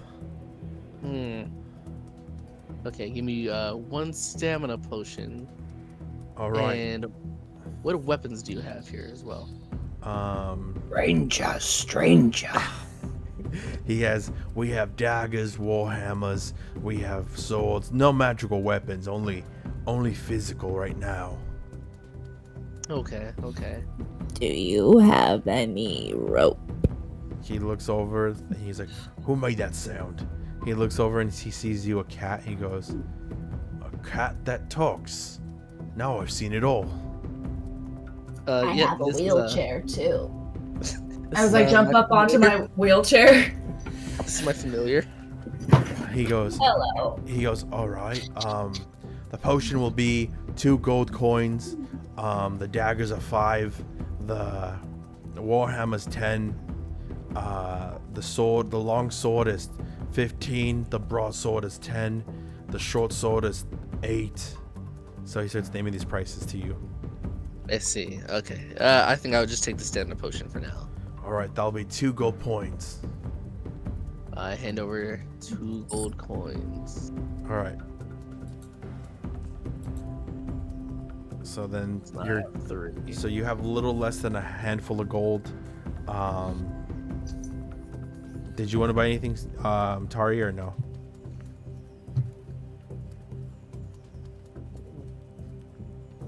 No, I was just wanted to follow. Okay. I like scaring people. Vastaya, you see all this happen. What are you thinking? He might be whispering to a contact. All right. Did you want? Furthermore, for me not to trust him. Did you want to talk to the merchant after he leaves, or no? Yes. All right. You talk to. Go ahead. What are you gonna tell him? Excuse me, sir. I'm wondering, what did you talk to that ugly ass wolf man? He goes, oh, well, hello there. He looks up and he's caught off guard, and he goes, oh, nothing much. He just wanted to see what I had for sale. Seems like he wasn't very happy with most of the items I had on hand. Nothing magical, of course, but I do have stamina and health potions, and he took himself a stamina potion. 2 gold coins. I see. And he didn't deliver any type of messages, or you didn't spill any secrets to him? He goes, no, but he did talk to a cat, and I thought that was a bit weird. Must have been the sludge bitch. Well, thank you, my good sir. I'm so sorry to trouble you, but in the future, it might be wise to stay away from people like him. He kind of like is caught aghast, and he goes, my dear, what do you mean by that? That's racist. Well, because that man is a criminal and a murderer. He looks at you, and he kind of looks to the left, and he sees a wanted poster of you on there, and he chuckles to himself, and he goes, my dear, isn't everyone wanted as a criminal one way or another? And he kind of alludes to the fact that he sees you on the wanted poster. Yes, I sir. I agree. GTFO. I GTFO. That Well, you is guys- your well, signal you guys right there. I need you to understand, our DM has way too much fear for you to stay in that fucking tent right now. You guys already had left, so like you guys already left because you didn't notice Vastaya there. No, I know. I'm just saying. I'm just our DM has a lot of fear. He is being really nice to you right now. I also Trust will me. say he didn't see a wolf man. He saw a regular villager dude. Yeah, he didn't see the that, wolfman. that too. But you He did called not him see a a wolf. wolfman, so that's why he was confused. He was like, wolfman. He thought it was just a regular human. Oh, well. You're That the man only one tends that's to use not a disguised.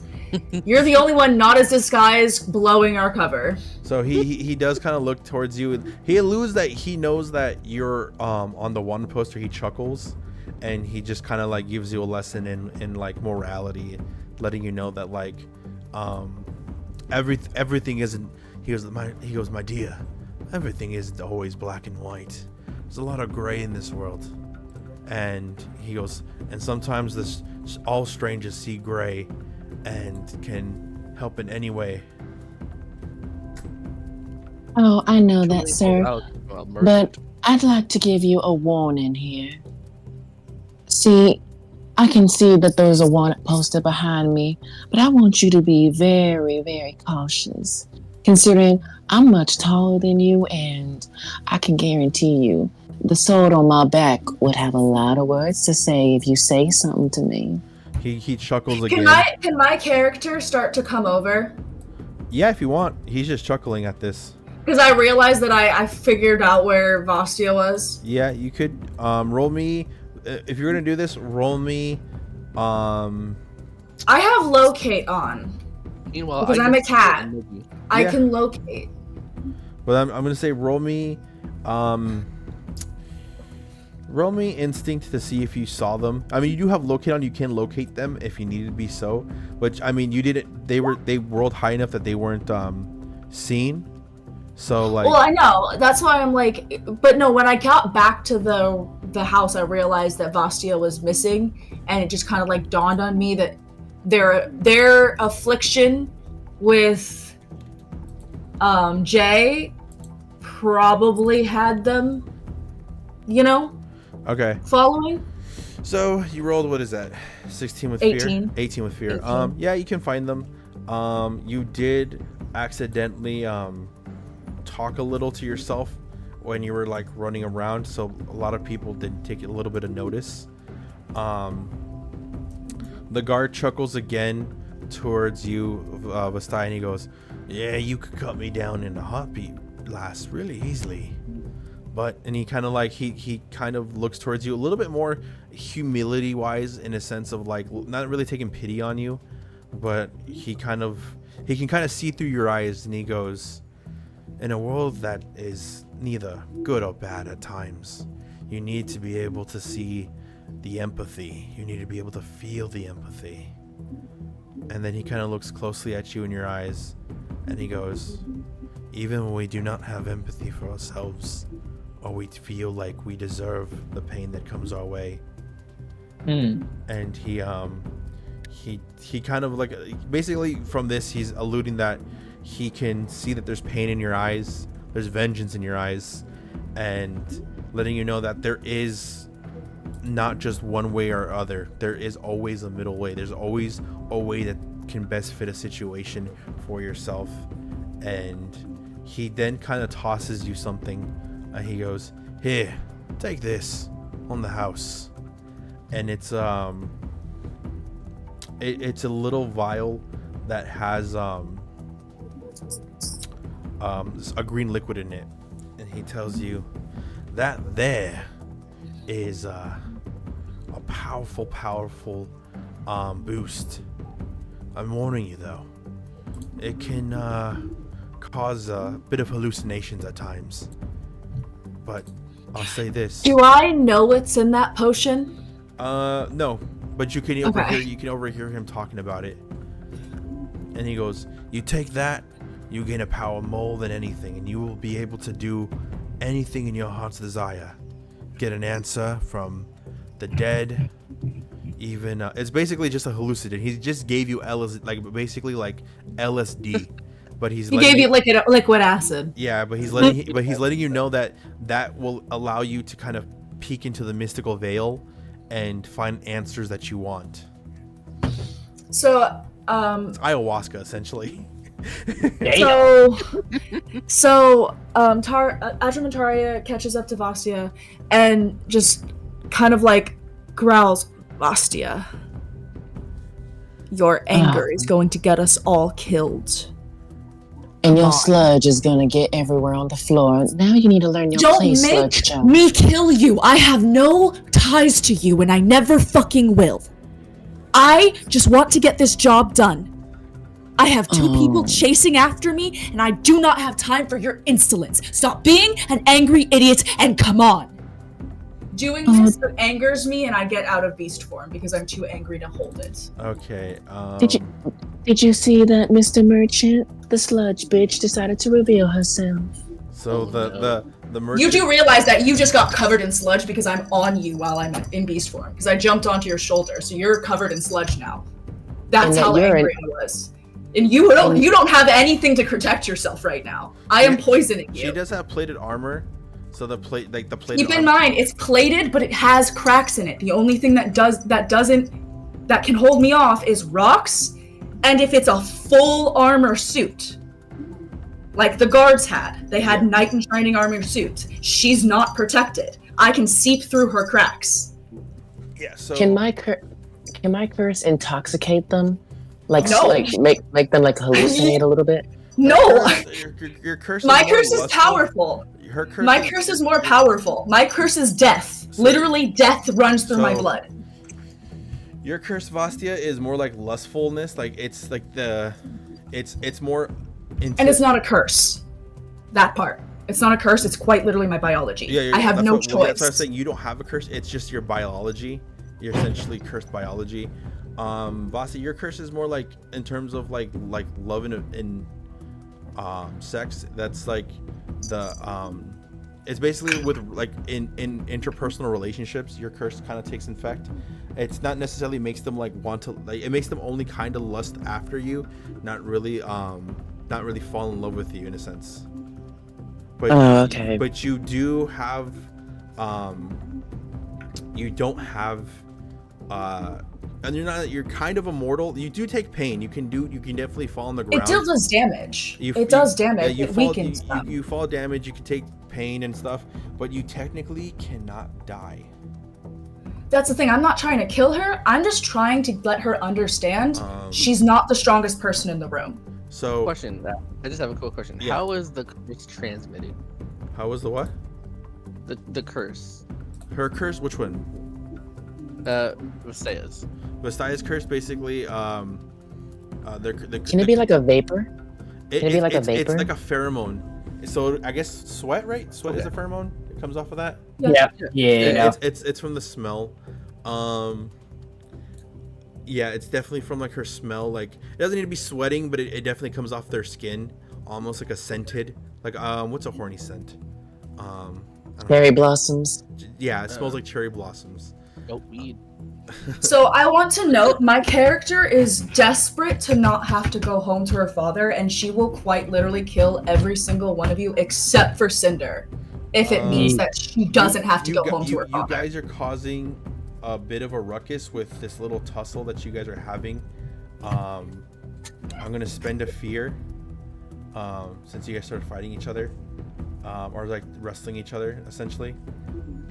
Wait, can I like roll a strength and have my character like try to wrestle with them, trying to smash them into the side of a building wall or something, Yeah, trying to get them off guys, me? You could roll me a strength. Keep in mind, the more you touch me, the more poisoned you're going to get. So you'll take Hey, Cinder, do you And you are vulnerable right now because that's what happens when you're poisoned. You have to put your condition at vulnerability. So you are going to be taking a disadvantage. Rolling at disadvantage because you are weakened. Because I'm quite literally what is flowing through my blood 24/7, killing me as I'm living, is seeping through you right now. So yeah, so just roll disadvantage with strength. So just roll regular strength saving throw, but remember to hit the duality dice with the disadvantage. Yeah, spend a fear. Oh damn, nice. So 11, 5, 7. 7 with hope. Mark that you have hope. Yeah, so you try. My thing is 11. Or yeah, my thing's 11. What, your strength or what? My evasion is at 10. Oh, 10. They rolled So 11. she does not. She rolled a 7. 7. So she did not. My evasion beats that. So, yeah. So this is causing. So yeah, you guys are causing a big ruckus as you guys are basically like, fighting. The merchant. Amethyst typed in the chat Yeah, I that see it. she's looking. Yeah. So Amethyst, you do see outside the window. You see that your friends are essentially causing a ruckus outside. Do me and Cinder see the guards rushing to go? Yeah. You guys. Get off me, you slimy bitch! I'll kill you. Yes, you guys are You can basically. try. You guys are seeing guards now like take notice and like they're gonna go control the situation now. Like this little tussle. I do have a question. What? Since she's now vulnerable and infected, may I use hive mind? Oh. You want to use hive mind? Yes. Because my goal wasn't to fight her in this. My goal was to get her to see reason, but all she wanted to do was keep being angry and insulting when all I'm trying to do is help all of us get out of this alive. So I'm gonna have to I ask have you no not patience to- and I have no patience and no qualm for stupidity whatsoever as a dying mushroom. I'm literally consistently dying, so I have no patience for stupidity whatsoever. And that's why I got angry, because it's literally you can't see that what you're doing is hurting all of us, not just you. You want to hurt Kiba so badly that you're going to get every single one of the people who have been doing everything to try and help you achieve your goal too, since the moment we left, dead, killed, captured. Because remember, these guards don't want to just capture us. They want to kill us and the princess we're trying to protect. You aren't wanting to do that. You're wanting to kill Kiba. So my character is not happy with you and trying to literally destroy everything that we're trying to get out of. So I'm going to do whatever I can to stop you from destroying us. And I turn into that general that came to the door. Yeah, so the captain. Yeah, so I'm gonna have to ask you not to use that hive mind because my memories are my own. So as you guys are all Well, tussling, at the end of the day, it's up to the DM whether or not I can use the hive mind. The hive mind is your experience, right? Yes, that's my experience. So then and it does fit this setting. Yeah, so you're trying to roll to basically so is not control her, but more or less subdue her emotions. So because keep in mind, I can flash feelings and emotions without having to take full control, because I have to have consent to take control of the body. Yeah. Right? Yeah. But I can still be in there and change the emotions. I can make her feel things differently. I can I can lessen her anger, I can calm her down, and that's what I'm trying to do. Okay, so straight roll, because it's gonna be a straight roll for this one. Let's gonna go with instinct for this one. Okay. Roll me straight roll for this. Does straight roll as in like without the +2 that it already has for my instinct, or No, that's fine. That's fine. I'm saying like no advantage or disadvantage, since that's what I mean by straight roll. There's no like it works out. So 8, 9, was that 13? 15. 15. As you're trying to get into their mind, they are fighting you a bit. You do see big glimpses. You see glimpses of what looks like a person who is very similar in appearance to Vastia. You see a young Vastia as what it looks like just a collapsing is happening around him, and you're kind of seeing this in third person point of view, and you're feeling all the emotions that, like the anger, the fear, this like these plethora of emotions that are engulfing you. And so while I'm in her mind, is there a way that I can like almost like grab her inner child and like hold her in a sense of like trying to soothe the raw emotions of her inner child? Like a motherly embrace in a way? Kind of. Or in this case, a brotherly embrace? In a way, almost. But you are seeing different flashes of different things. You've seen Kiba like stalk Vastia and their mom as they were both very in ragged clothing, barely keeping like in ragged clothing. As this Kiba looks very different. This is a very like opportunistic one who's trying to rob, that it didn't work out well, and like, you know, almost killed Vastia's mom. Like you're seeing the picture, you're seeing the story in both sides' point of view now. You're able to kind of see what is kind of occurring for Vastia. One has a job that needs to be done, the other is just sadly a victim of said job. You're seeing these things happen, and you're seeing this kind of this, but due to all of this, there is a mellowing out between you guys, because there is almost the connection works both ways. Vastia, you're angry, but you're seeing flashes of this overprotective looking mushroom as he is holding he literally locks me in a cage. I'm unable to, he takes my chair away from me. Like he's overprotective to the point it's abusive. Yeah. So you're seeing all this happen. You're seeing this this almost feeling of desolation, this feeling of fear and anxiety, and like almost like the hopelessness take over. And can she also see the one thing that I'm keeping from the team, and that's like that my father heard me when I was connecting? She sees that, but she doesn't understand what that means fully. But she knows that like your father knows where you're at. That's what she's able to put together. But she isn't able to understand like how it like the mechanics of like all of it work. Yeah. So like you guys start kind of yeah.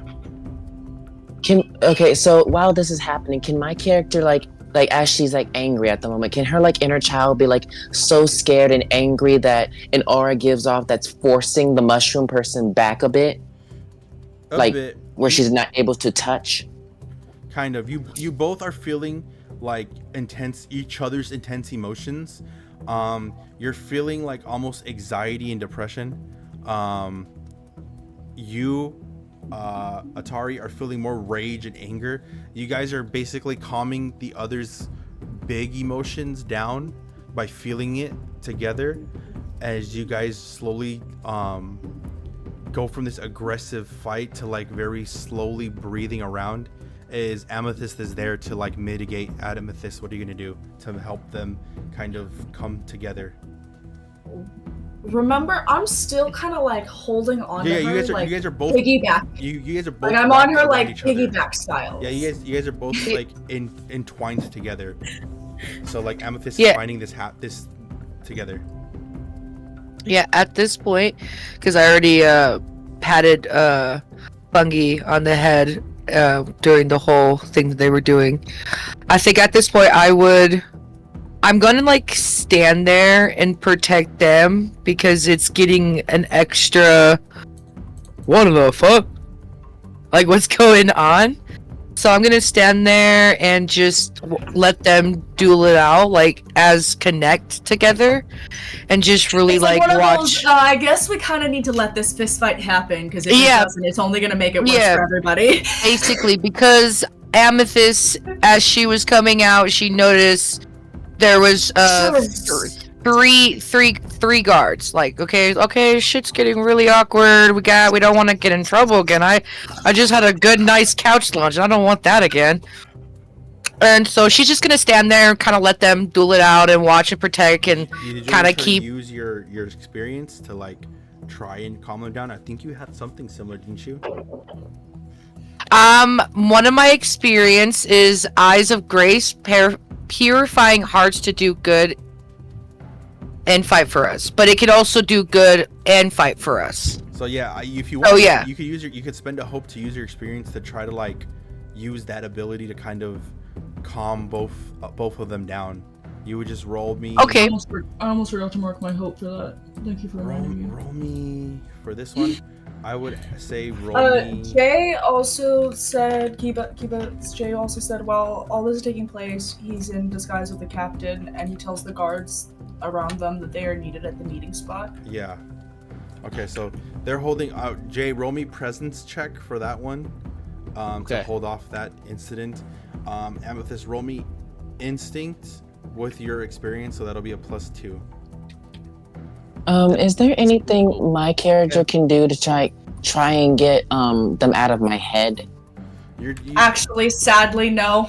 You're just fighting it. Once I'm in.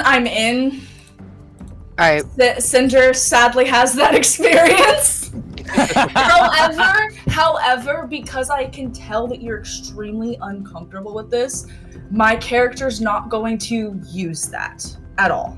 Unless it's an emergency, like I direly need to get a hold of you. Yeah. I will use it the way that I used it with Sid, if that makes sense. Used it with Sid to like tell her that. What's your presence roll? Okay, that's fair. Jay? Because I have respect, because I did not want to actually know any of those details. 16? It was more or less just 16 with hope, yeah. Awesome. Mark your Yeah, because I want worked. my character has like this strong emotion towards Jay and like other memories of her past that she does not want seen. So yeah. At the end of the day, I had a plan for when we do disengage and things calm down. I kind of like look at you and I say, I'm sorry. I didn't want to delve into those memories, and I promise I won't do that without your consent first again. And then my character says, "That's fine by me, but next time you do that without my express permission, I'll kill you where you stand." Yeah, you guys have My calmed down. memories are my own. Amethyst, You what did you get? My instinct roll for +2 is a 19, so Yeah. 11 for hope and fear for 6 +2. Yeah, mark your hope. The mark of fear. Oh, actually, or no, hope. you don't. Yeah, I did. You don't have to mark because you did use experience, so you don't mark a hope. You just it just is the straight roll. But you did calm them down. You were able to kind of like be there for your ladies and like kind of de-escalate the situation. But the guards are now aware of this, or some of the guards, not as many of them, because Jay was able to like subvert some of them to go another direction. But some guards are going to be on their way soon, so you guys will need to start going to the Withering Wood. So really quickly, I flashed to Cinder, just like a Meet us in the woods. Grab Jay. Got it. and then we kind of. Do we know how to go to the? We got how to go to the woods from the Fungro already, right? So Yeah, we know and where to then go. The merchant is kind of giving you guys a little bit of a sign of how to get to the wood. He's pointing his finger to the back, and he's kind of throwing what looks like small little circles to keep the guards from chasing you. So, you three will have to roll for agility. The boys, because they are essentially, Not in the they're middle not of it. in the middle of this. They don't. Have They're to not roll in the for cat fight. agility. Yeah.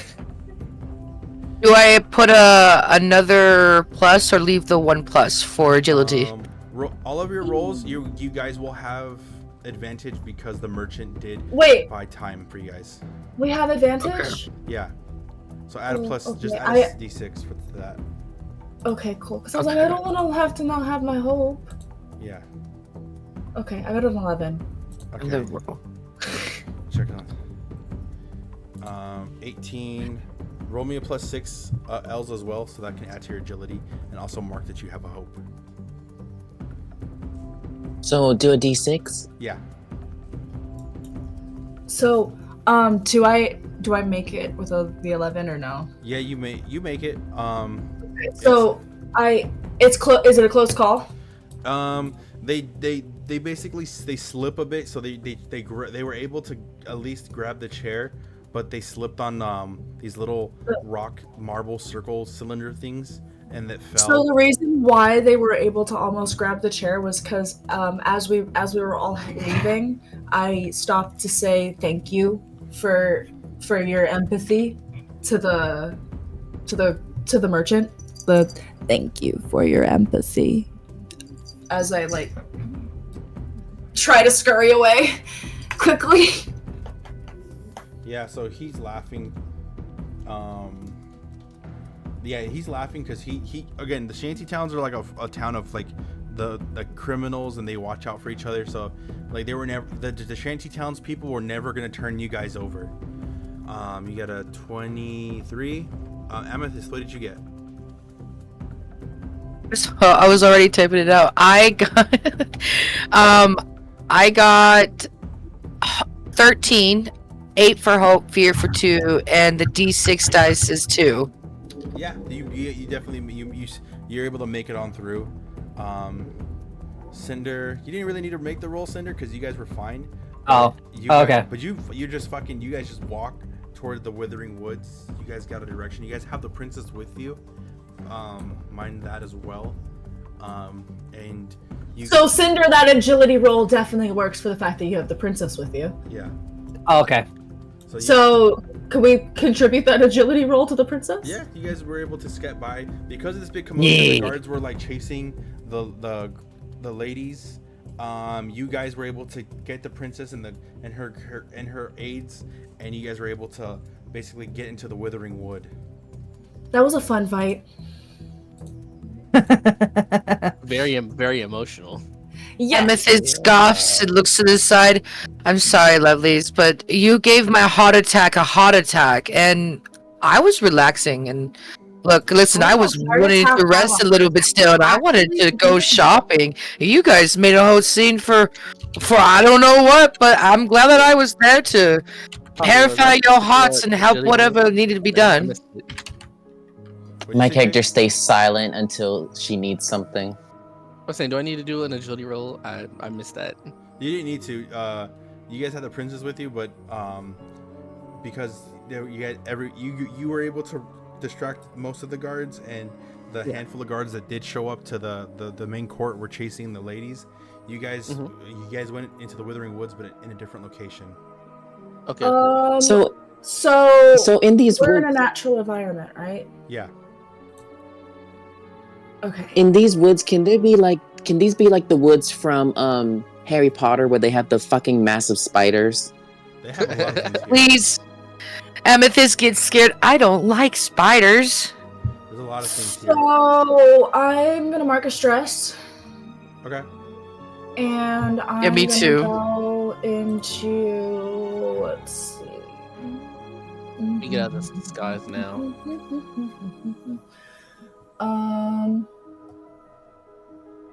My character walks ahead because she's like so emotional right now of what just happened. Transform into a wolf. Okay. A big black wolf with glowing white eyes.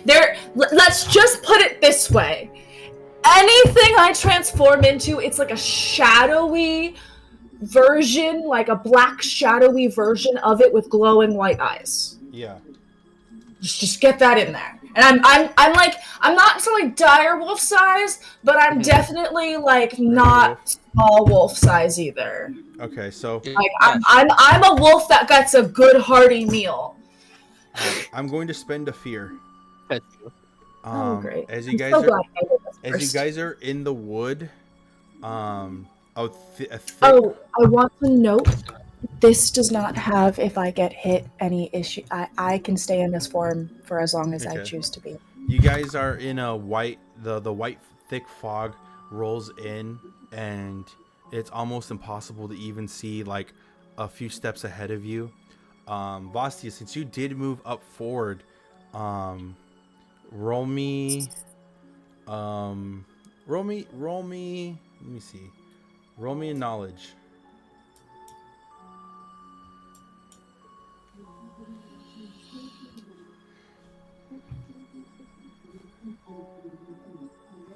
$17. 17 with fear. I'll mark that I have a fear. You're in there. You're thinking about. You start thinking about something from your past. You start thinking about those emotions that you experienced, that you thought of, that Atari mentioned, and before your visage, right in front of you, you hear a familiar voice tell you, "Well. If it ain't my baby sister, Vastia." And in front of you, you see the visage of your brother, Vexian, wearing this mask and looking at you through the holes. Vexian, what are you doing here? He goes, "Why else would I be here? Of course, to make sure my beautiful baby sister has no harm to her." And then he kind of chuckles a bit and he goes, "Well, I mean, nothing can really harm you because," and he kind of points to his necklace, insinuating something that only you would know. Don't you dare ever show me that, and how dare you even speak of it?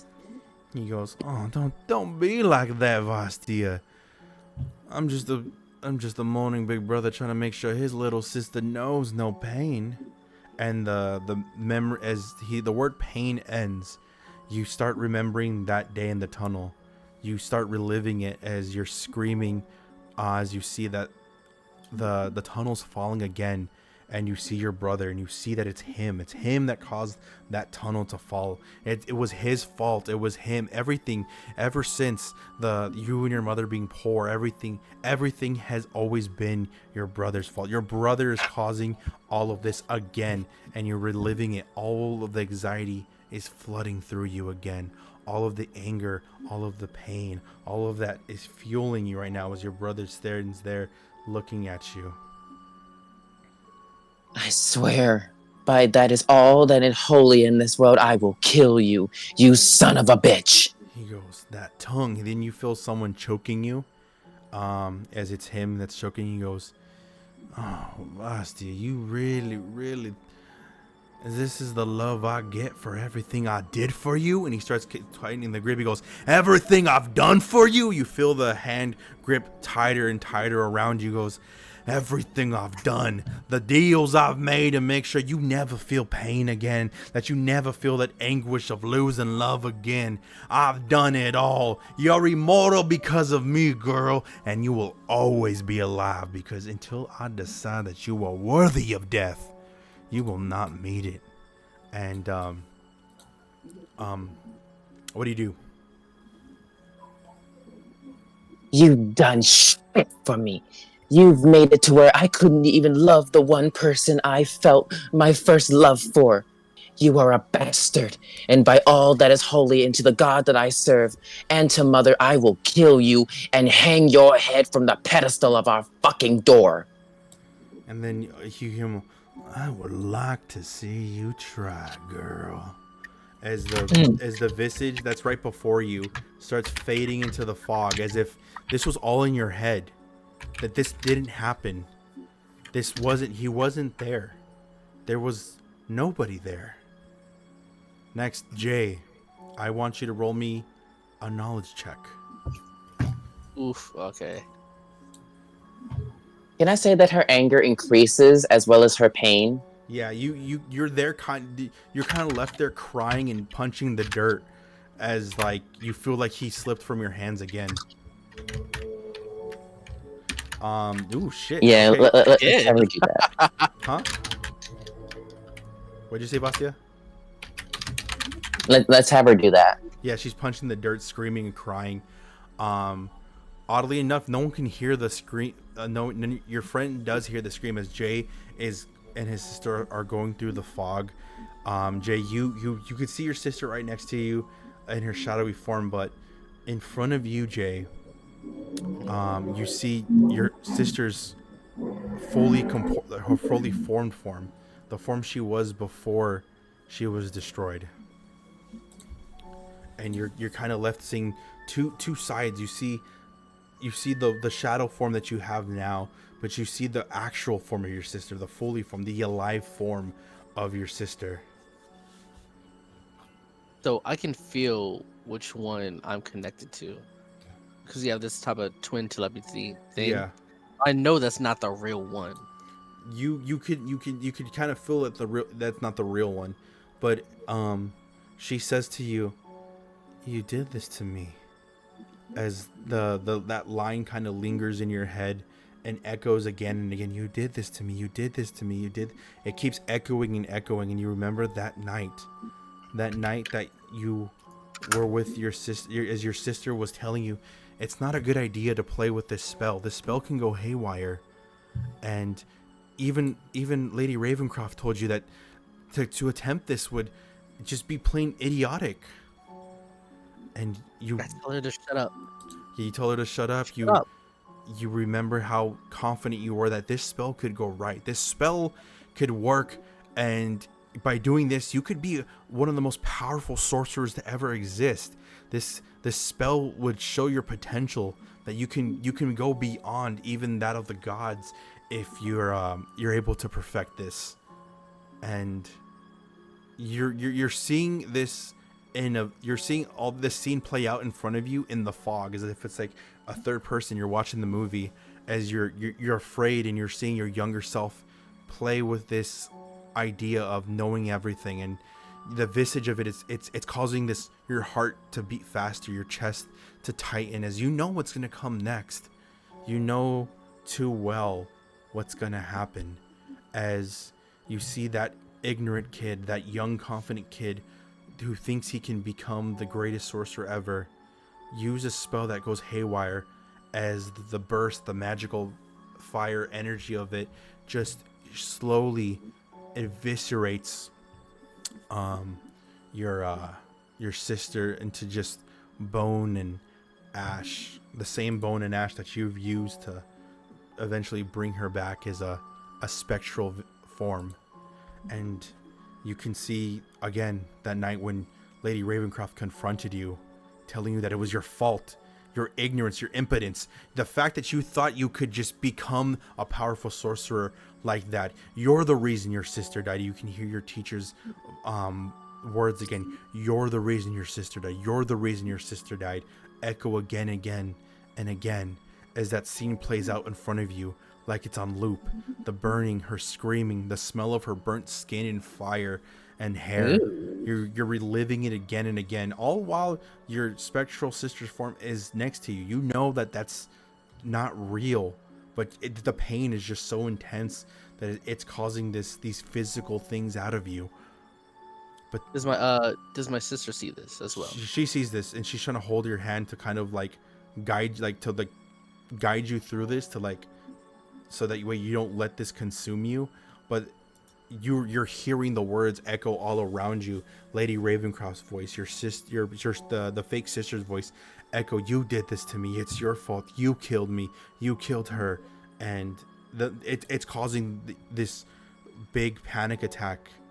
I want to say that Nella attacks in that direction of the fake real Nala, just throwing her return blade. She does it, and it's just like the fog. It just reconstitutes into her form again, but the voices get louder and louder.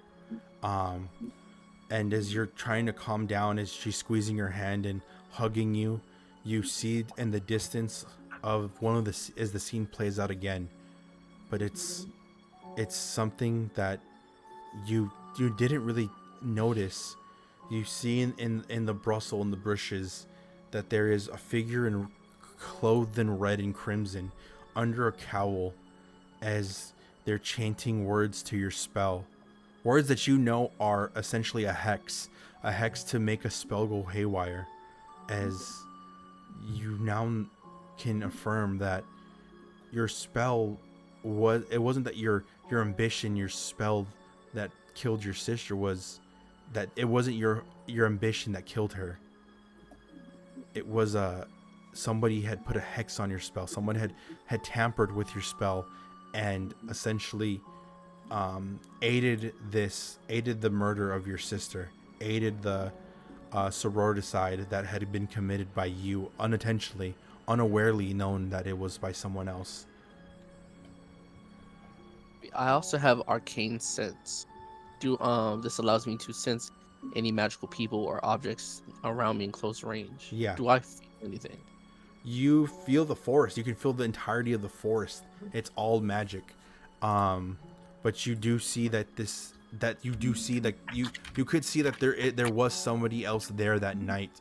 There was somebody clothed in a crimson cowl with with what looked like emaciated features.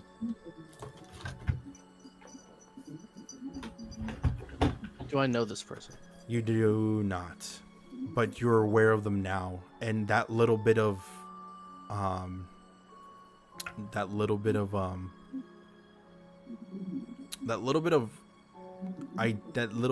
information is able to ground you a bit, just enough to remind you that this is something that happened. I collapse on the ground and I cry. Taria, as your wheel somehow this shouldn't happen. Your wheel got stuck. I'm in my Oh, you're in your beast form, right? Yeah, I'm in wolf form. You're in wolf form. As your a root kind of grabs your paw a bit, and you're trying to kind of push past the bristle. Before you know it, you find yourself like you're kind of notice trying to like get your foot out of that bristle. You look up back into the trail, but the trail's not there. In fact, you're transported back into your room. You're still in beast form, aren't you? You're transported back to your room, and you see your father yelling at you, scolding you again for trying to leave your room, and like basically very Mother Gothely telling you that there's just danger out there. You will die in the real world. The real world will eat you alive. That every day you are already dying. Why would you make this more difficult for the people who love you? Why would you put us through pain? Very selfishly putting their own stress and worries onto you, knowing not really caring that you have your own stress and worries. You have your own anger and fears. As your dad is yelling at you, do you even listen? Do you even care how this makes us feel? Do you even care what this does to your family?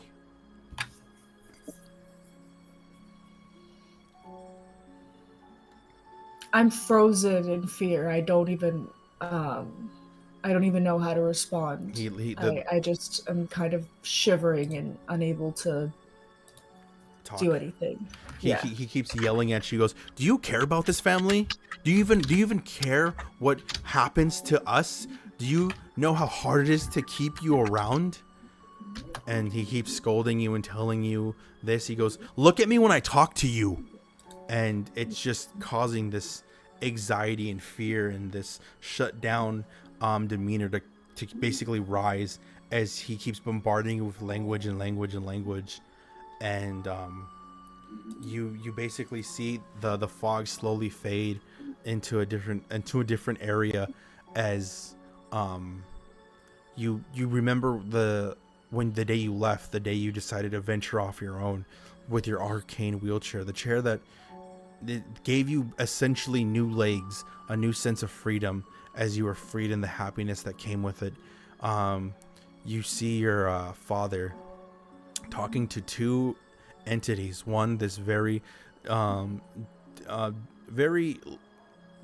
dapper looking frog with a looks like with a little hunting hat and a crossbow, going, don't worry, sir, I'll make sure we catch her. Ain't no one alive that can get past me if they don't call me Flexion for anything. Ain't that right, Jericho? Yes, sir. And he looks over to your father. He goes, as long as we are here, your daughter will be found and caught. We will make sure that we bring her back no matter what condition she is, correct? And you can hear your dad going, I want her alive. That little girl does not listen. And he goes, oh, correct. Then I shall make sure I bring her back screaming and yelling in pain. That's how we'll know she's alive, sir. And then you see the ribbit laughing again. Jericho, that's why I like working with you. We get results. And you're there hearing them as you can physically see this pinging, this firing of synapses as he goes, I know where she is. Go to Rojo. That's where my daughter's at. I can feel her pinging around in the network that us all phone girls share. And he goes, mighty kind of you, sure. We'll make sure to get her. We'll be off. That ain't that far that ain't that far of a trek. As the fog starts seeping down back into regular fog, as you experience all of those emotions hitting you in your beast form. Would you say this brings enough emotion to where staying in beast form is not possible? You basically collapse, and are like, not want to say you're like your face foot in the dirt, but you're like kind of like trying to catch your breath as you're looking into like the dirt, trying to ground yourself from this very like intense visage that befell upon you. Next, Cinder, roll me knowledge. Yep. Alrighty. Let's see. No. Before you start this, did you get me and Elsa's message? Oh, you guys messaged me? Let me see. Okay, yeah, 40 minutes. We're about to end it right now anyways. This is like the ending part of it. All right. I got you, Els. Thank you. I'm Yo. 20, nice. Wow. What have all my almost been like all like crits? Okay. Okay, so like I do have a question though. What? Is it the higher you roll, the worse it is?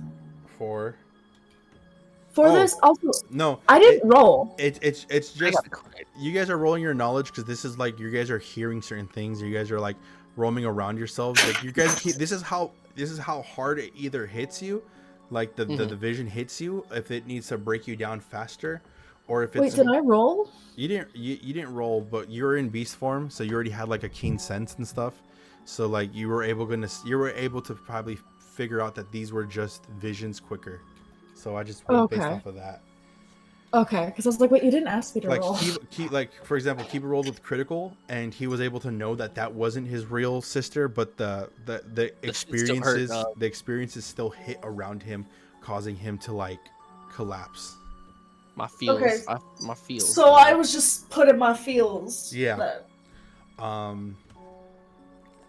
But yeah, Cinder, you rolled 20. You're walking because you're trying to find out where Jade left.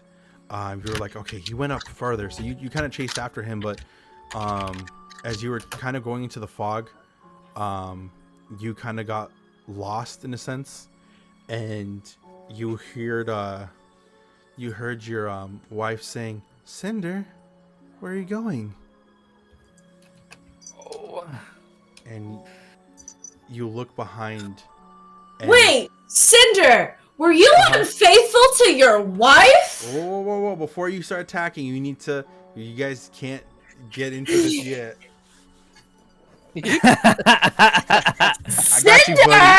I got you, buddy. Don't worry.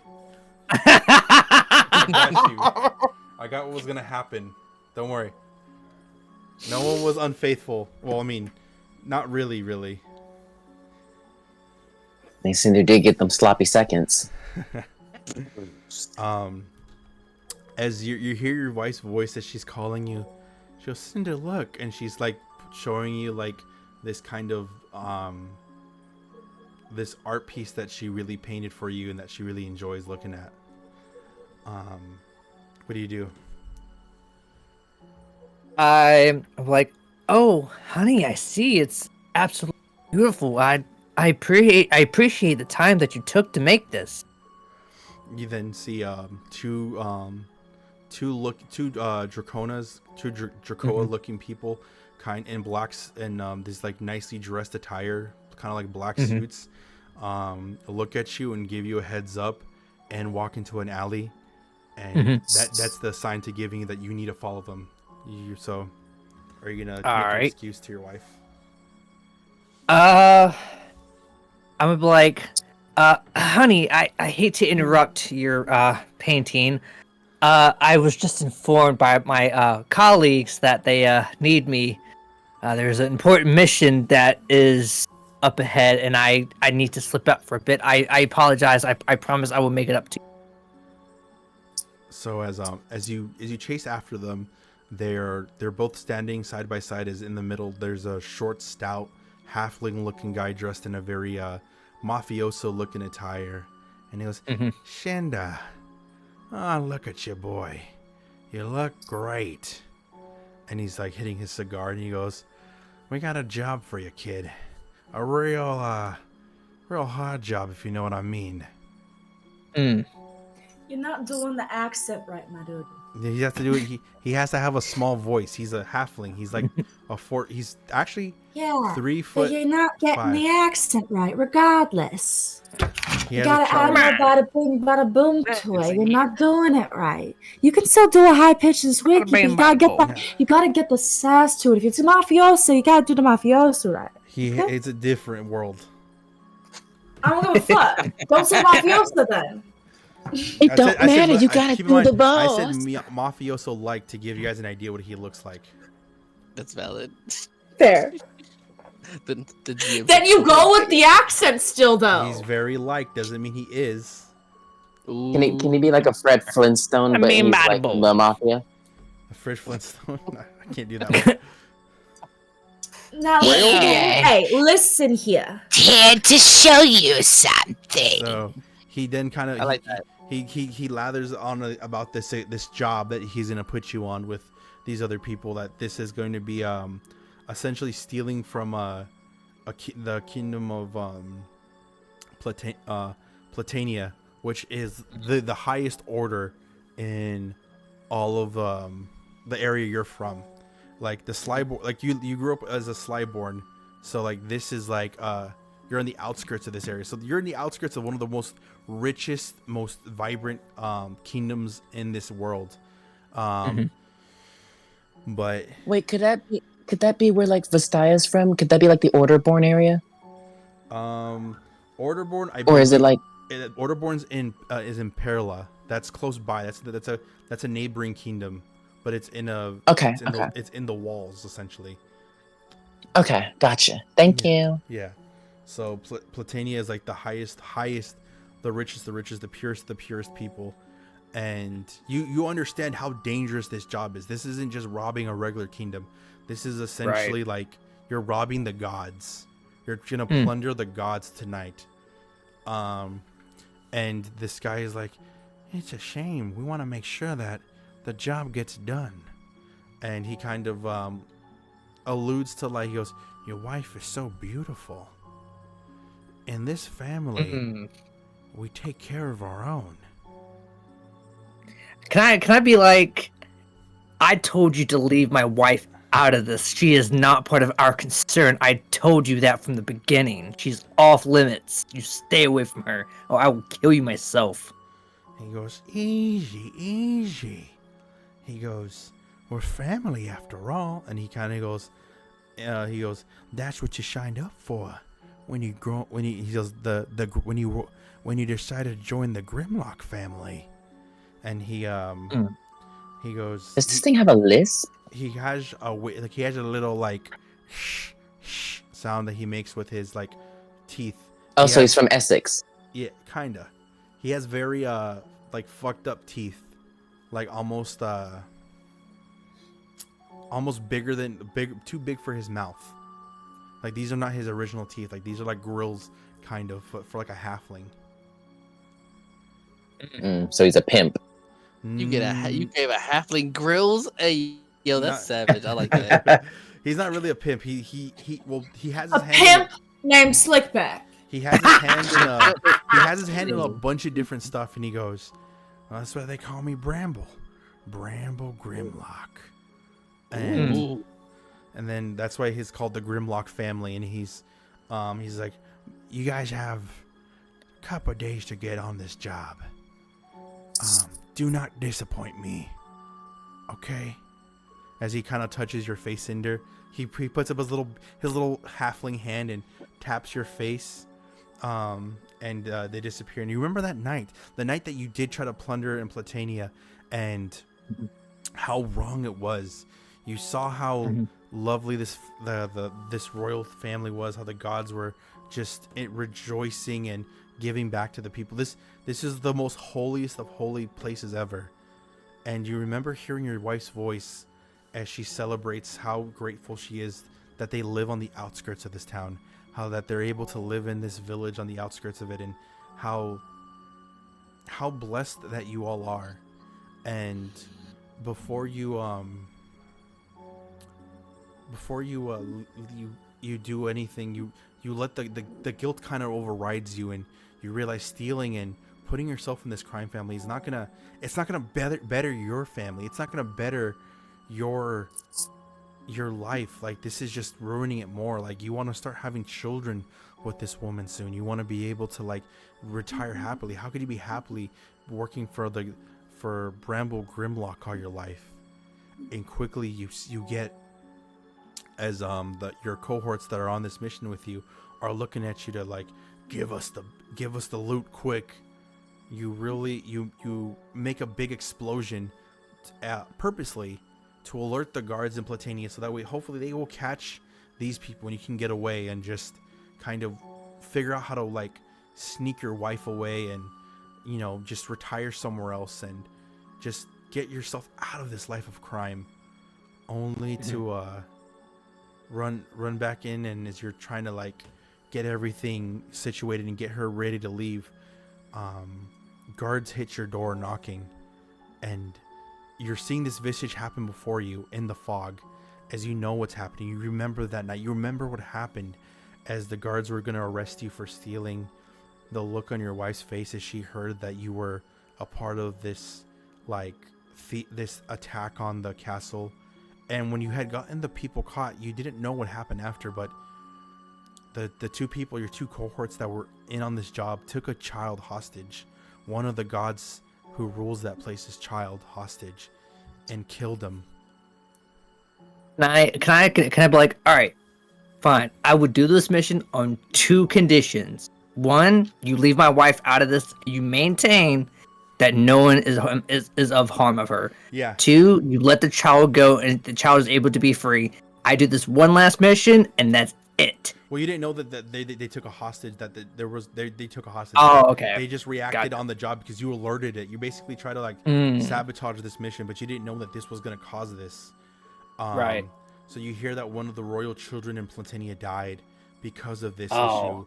They were beheaded, and they were used as a distraction. And the people that you try to set up, trying to get caught, basically were able to flip the script, and through Bramble Grimlock's connections, they basically gave you up to take the fall. That you were the person who did all these things, and your wife looks at you with this like defeated look, as she's just heartbroken by this issue. And the guards take you away, and the last visage you see is your wife's just heartbroken expression as everyone is hearing this happen, and the village is looking at you and screaming, "Exile him!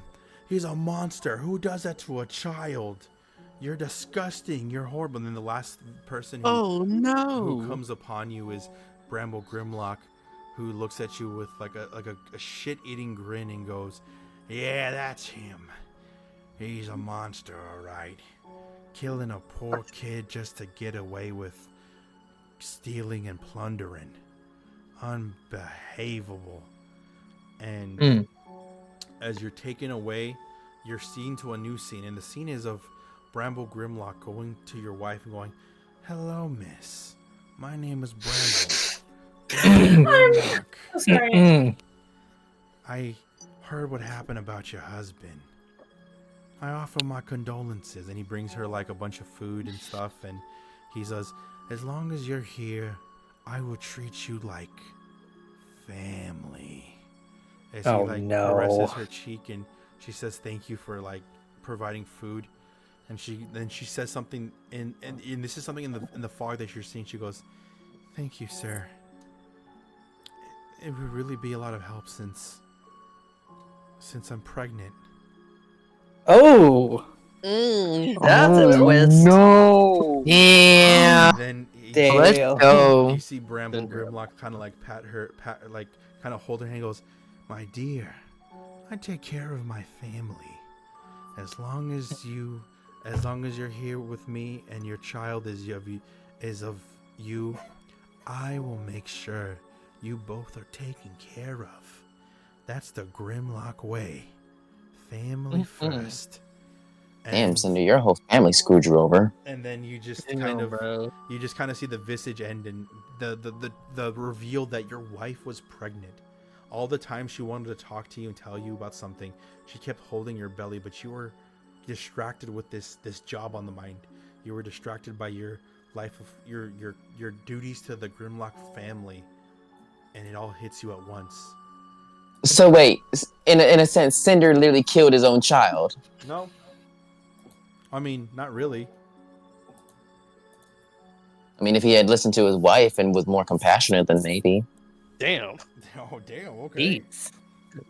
Cinder, are you okay? I mean, Cinder, Wait, you so took the a wife job is over dead? your wife. No.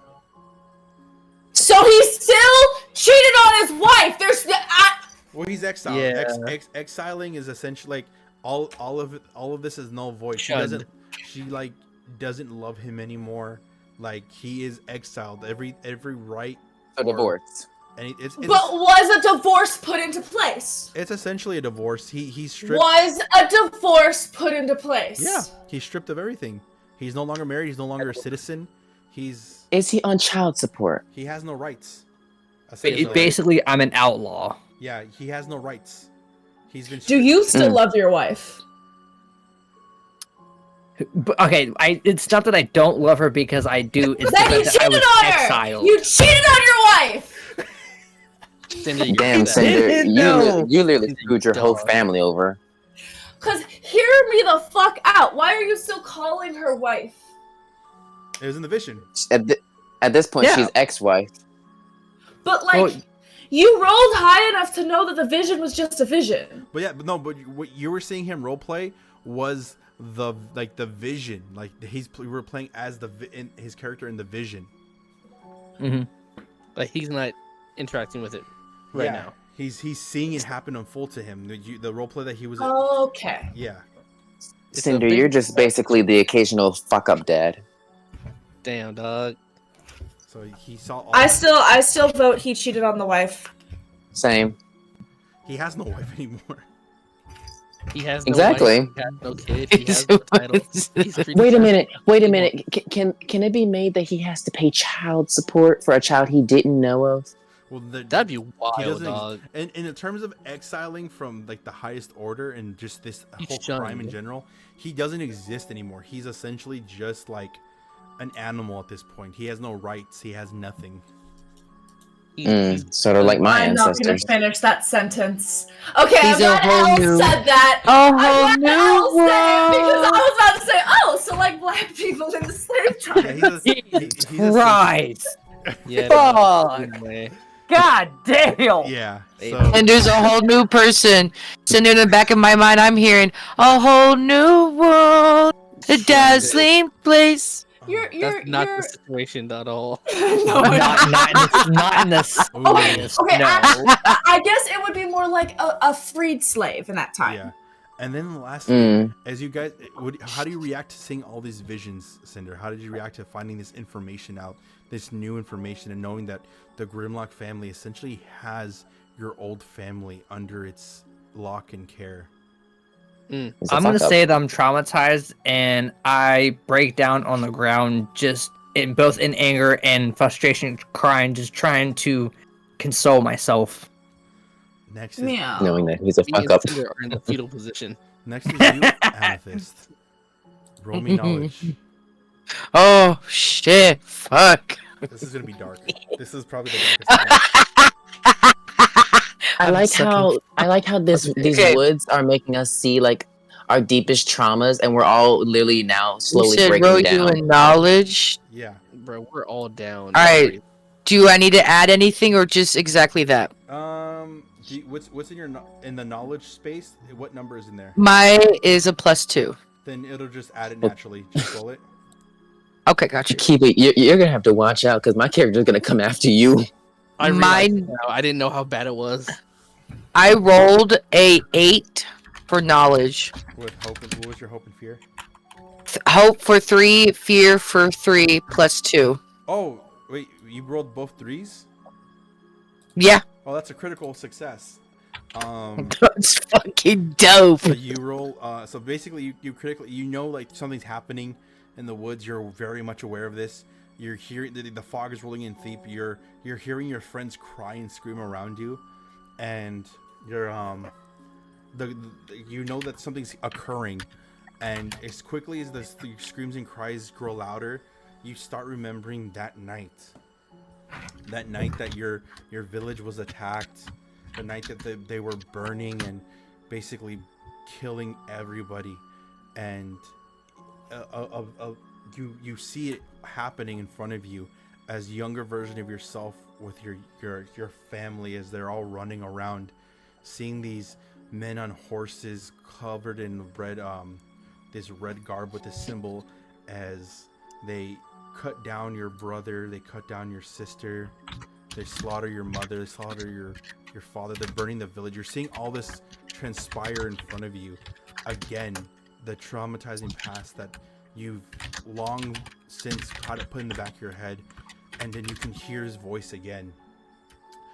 Yes, this is what he wants. This is the order of gods. As you see this, the figure that you've long forgotten on purpose. This goblin cult leader holding his staff as he rejoices in the screams and agony of all the burning people. He goes, murder them again and again, and then I want to hear their pain, their ignorance for betraying gods, their ignorance for betraying, and he says the name, Raya.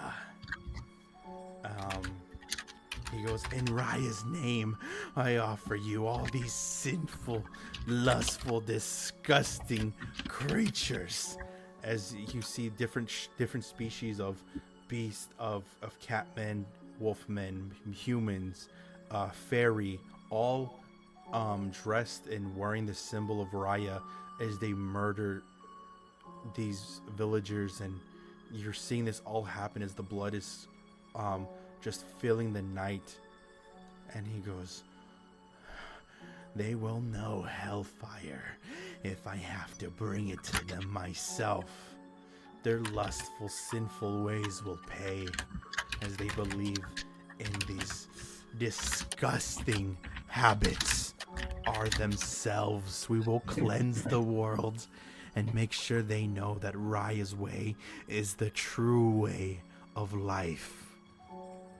As the goblin cult leader slowly walks in, as they castrate all these elves and humanoids, as they put this horrible, disgusting weapon inside the women, as it burns inside their vaginas, as it essentially what is the word I'm looking for? What's the one you burn something to like Burn. close it? Oh my god. Cauterize? They're cauterizing the vaginas with this weapon that's burning them down there as they're being branded with the seal of Raya. The sinners will pay. And he looks towards Kiva! as he looks towards you, Amethyst, he goes, Oh wow. and you disgust me. As he starts choking you, you keep fighting back slowly. He goes, you will learn that you are just confused. You are in need of guidance. You don't know what you're doing or saying. You are committing sin wherever you go. But I will. Wait, is this a good choking or a bad choking? No, this is a horrible choking. Like he Really is bad. like trying to kill her. He's slowly like killing her and intimidating her, as he's like, I will brand you and teach you that your ways are sinful. You are going to burn if you keep acting in lust and sin. And he goes, Oh yes, Daddy. as he sees, like, because look what happened to your family. They deserved this because they were sinful, because they were disgusting, because they were different.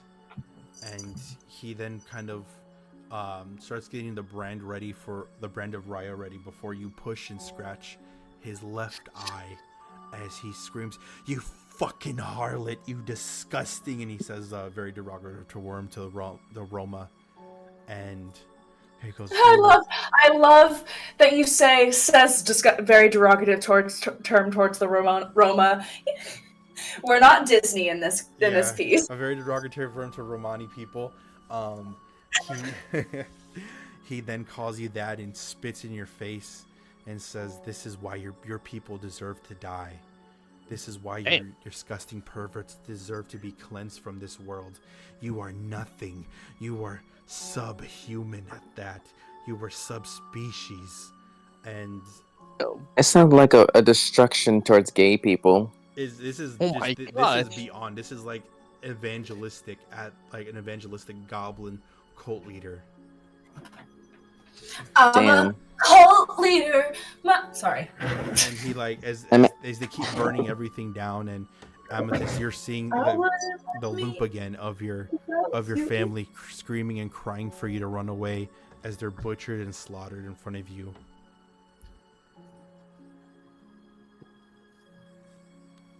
Damn, Amethyst. Amethyst is gasping, trying to firm her breathing, trying to concentrate her breathing. You don't know how long I skilled myself to be, and I will try my hardest to always be fiend with blood down to me. I am strong. I am brilliant. I am courageous. You are nothing. As Amethyst has the particles of the goblin's skin in her nails, as she clenches in her fist, I am stronger than you. I will not obey you. I obey myself. I do everything to help my friends, the long ones, the new ones, the beginning of relationship. What I do might disgust you, but what I do is balance of love. I give love to receive love. As she remembers the past 45 minutes to an hour of the whole funment in the sex room, of being gentle with fungi, and remembering the past dungeon with my monstrous mommy, and remembering how it helped her in the way of healing her and making her strong, knowing that I was there for people, remembering that. As she remembers that, she smiles with a nice tent on her face, with peace and knowing there's nothing wrong, with also fierce in her eyes, staring deep into the gremlin's soul, looking at him, and says, I will rip that orange skin off your face if I have to. You will not kill me. You will not take my friends here. We know what you are doing here. As you scratch at him again, your hand goes through him. As it's very clear that this is the fog. This is the fog playing games on you. And as quickly as you basically, your triumphant speech essentially flows through is as the fog fades from this, and everything is slowly happening. You get up. You start seeing that all your friends are actually a lot closer than you remember them being. Everyone is a lot closer, but everybody is brokenhearted and feeling their emotions as the fog starts fading. Everyone's kind of coming to their senses. Taria are getting back up into your chair and remembering that you have to keep going forward. Jay, knowing that now that there's somebody out there who caused this tragedy to befall you, no matter how much pain you feel about and remorse you feel towards yourself, you know you owe it to find out who this person is and why did they do this? Why did they cause your spell to go haywire? Cinder, you know that there is a child that you fathered into this world, and that Bramble has taken your essentially taken your wife in, and you don't trust him. And sometime soon you need to get back at him. You need to go back eventually to your village to stop Bramble from whatever he is planning on doing with your wife and child. Even though that was like 5 years ago. Vastia, you get back up, remembering that you're like, even though you just remember seeing the visage of your brother, the real one is out there somewhere, and you might be in Verde, and you might need to chase him down and get the vengeance for you and your mother again. Also, that Kiba is probably on my hit list. Maybe, yeah. For trying to almost trying to get your mother killed. Yeah. But remember, your brother is the one who put you guys in that situation. So I just want you to know, while you were talking about castration and cauterization, I was stripping. Wow. Good job, my love. Oh, she's getting ready for you. That part. That's fine. This is my life in a nutshell. But as you guys all are quickly coming back together and kind of more resolved and seeing each other and walking towards each other, you're not saying a word to one another. For you guys have all suffered through severe tragedy, but your resilience, your resolve is tightened as you guys now know, like, to protect the princess, who is there, by the way. She just doesn't have a vision. She just sees the visage of her father. you guys are all together. You guys are all coming together to protect the princess, and you guys are. This is kind of tightening your resolve that you guys need to work together to get your job done, and that there's people out there that you guys want to get back at, and you guys are going to do this. You guys are going to get your own personal revenge soon. When this job is done, you guys have the money to do so. But before you guys are able to press forward, you hear the slow clap.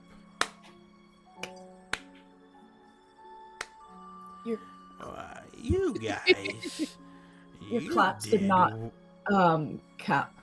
I heard a little bit. It Your was claps didn't work. It wasn't rating, so. You guys didn't hear it? there. You go. There you go. You hear you see a vestige of this old woman, this very old woman, as she kind of walks with the cane towards you guys, and she goes, "You did well. I'm quite surprised. The woods usually play a trick on people, but they always show them what they're looking for from the back." And she starts cracking up. And she goes, "Where are my manners? My name is Yagra." And No. for those who Baba Yagra. her name is Yeah. But for those who Nala attacks, dog. for some of you guys who know that who she is the goddess. She is one of the lords of darkness in this world. One of the 13 gods, known as the Rotted Witch. As she looks at you guys smiling and very much almost proud of your guys' ability to kind of not necessarily bounce back 100%, but tighten your resolve. And that is where we will end our session. Fun fact, actually, you know how certain the Appalachian has like skinwalkers, and then the other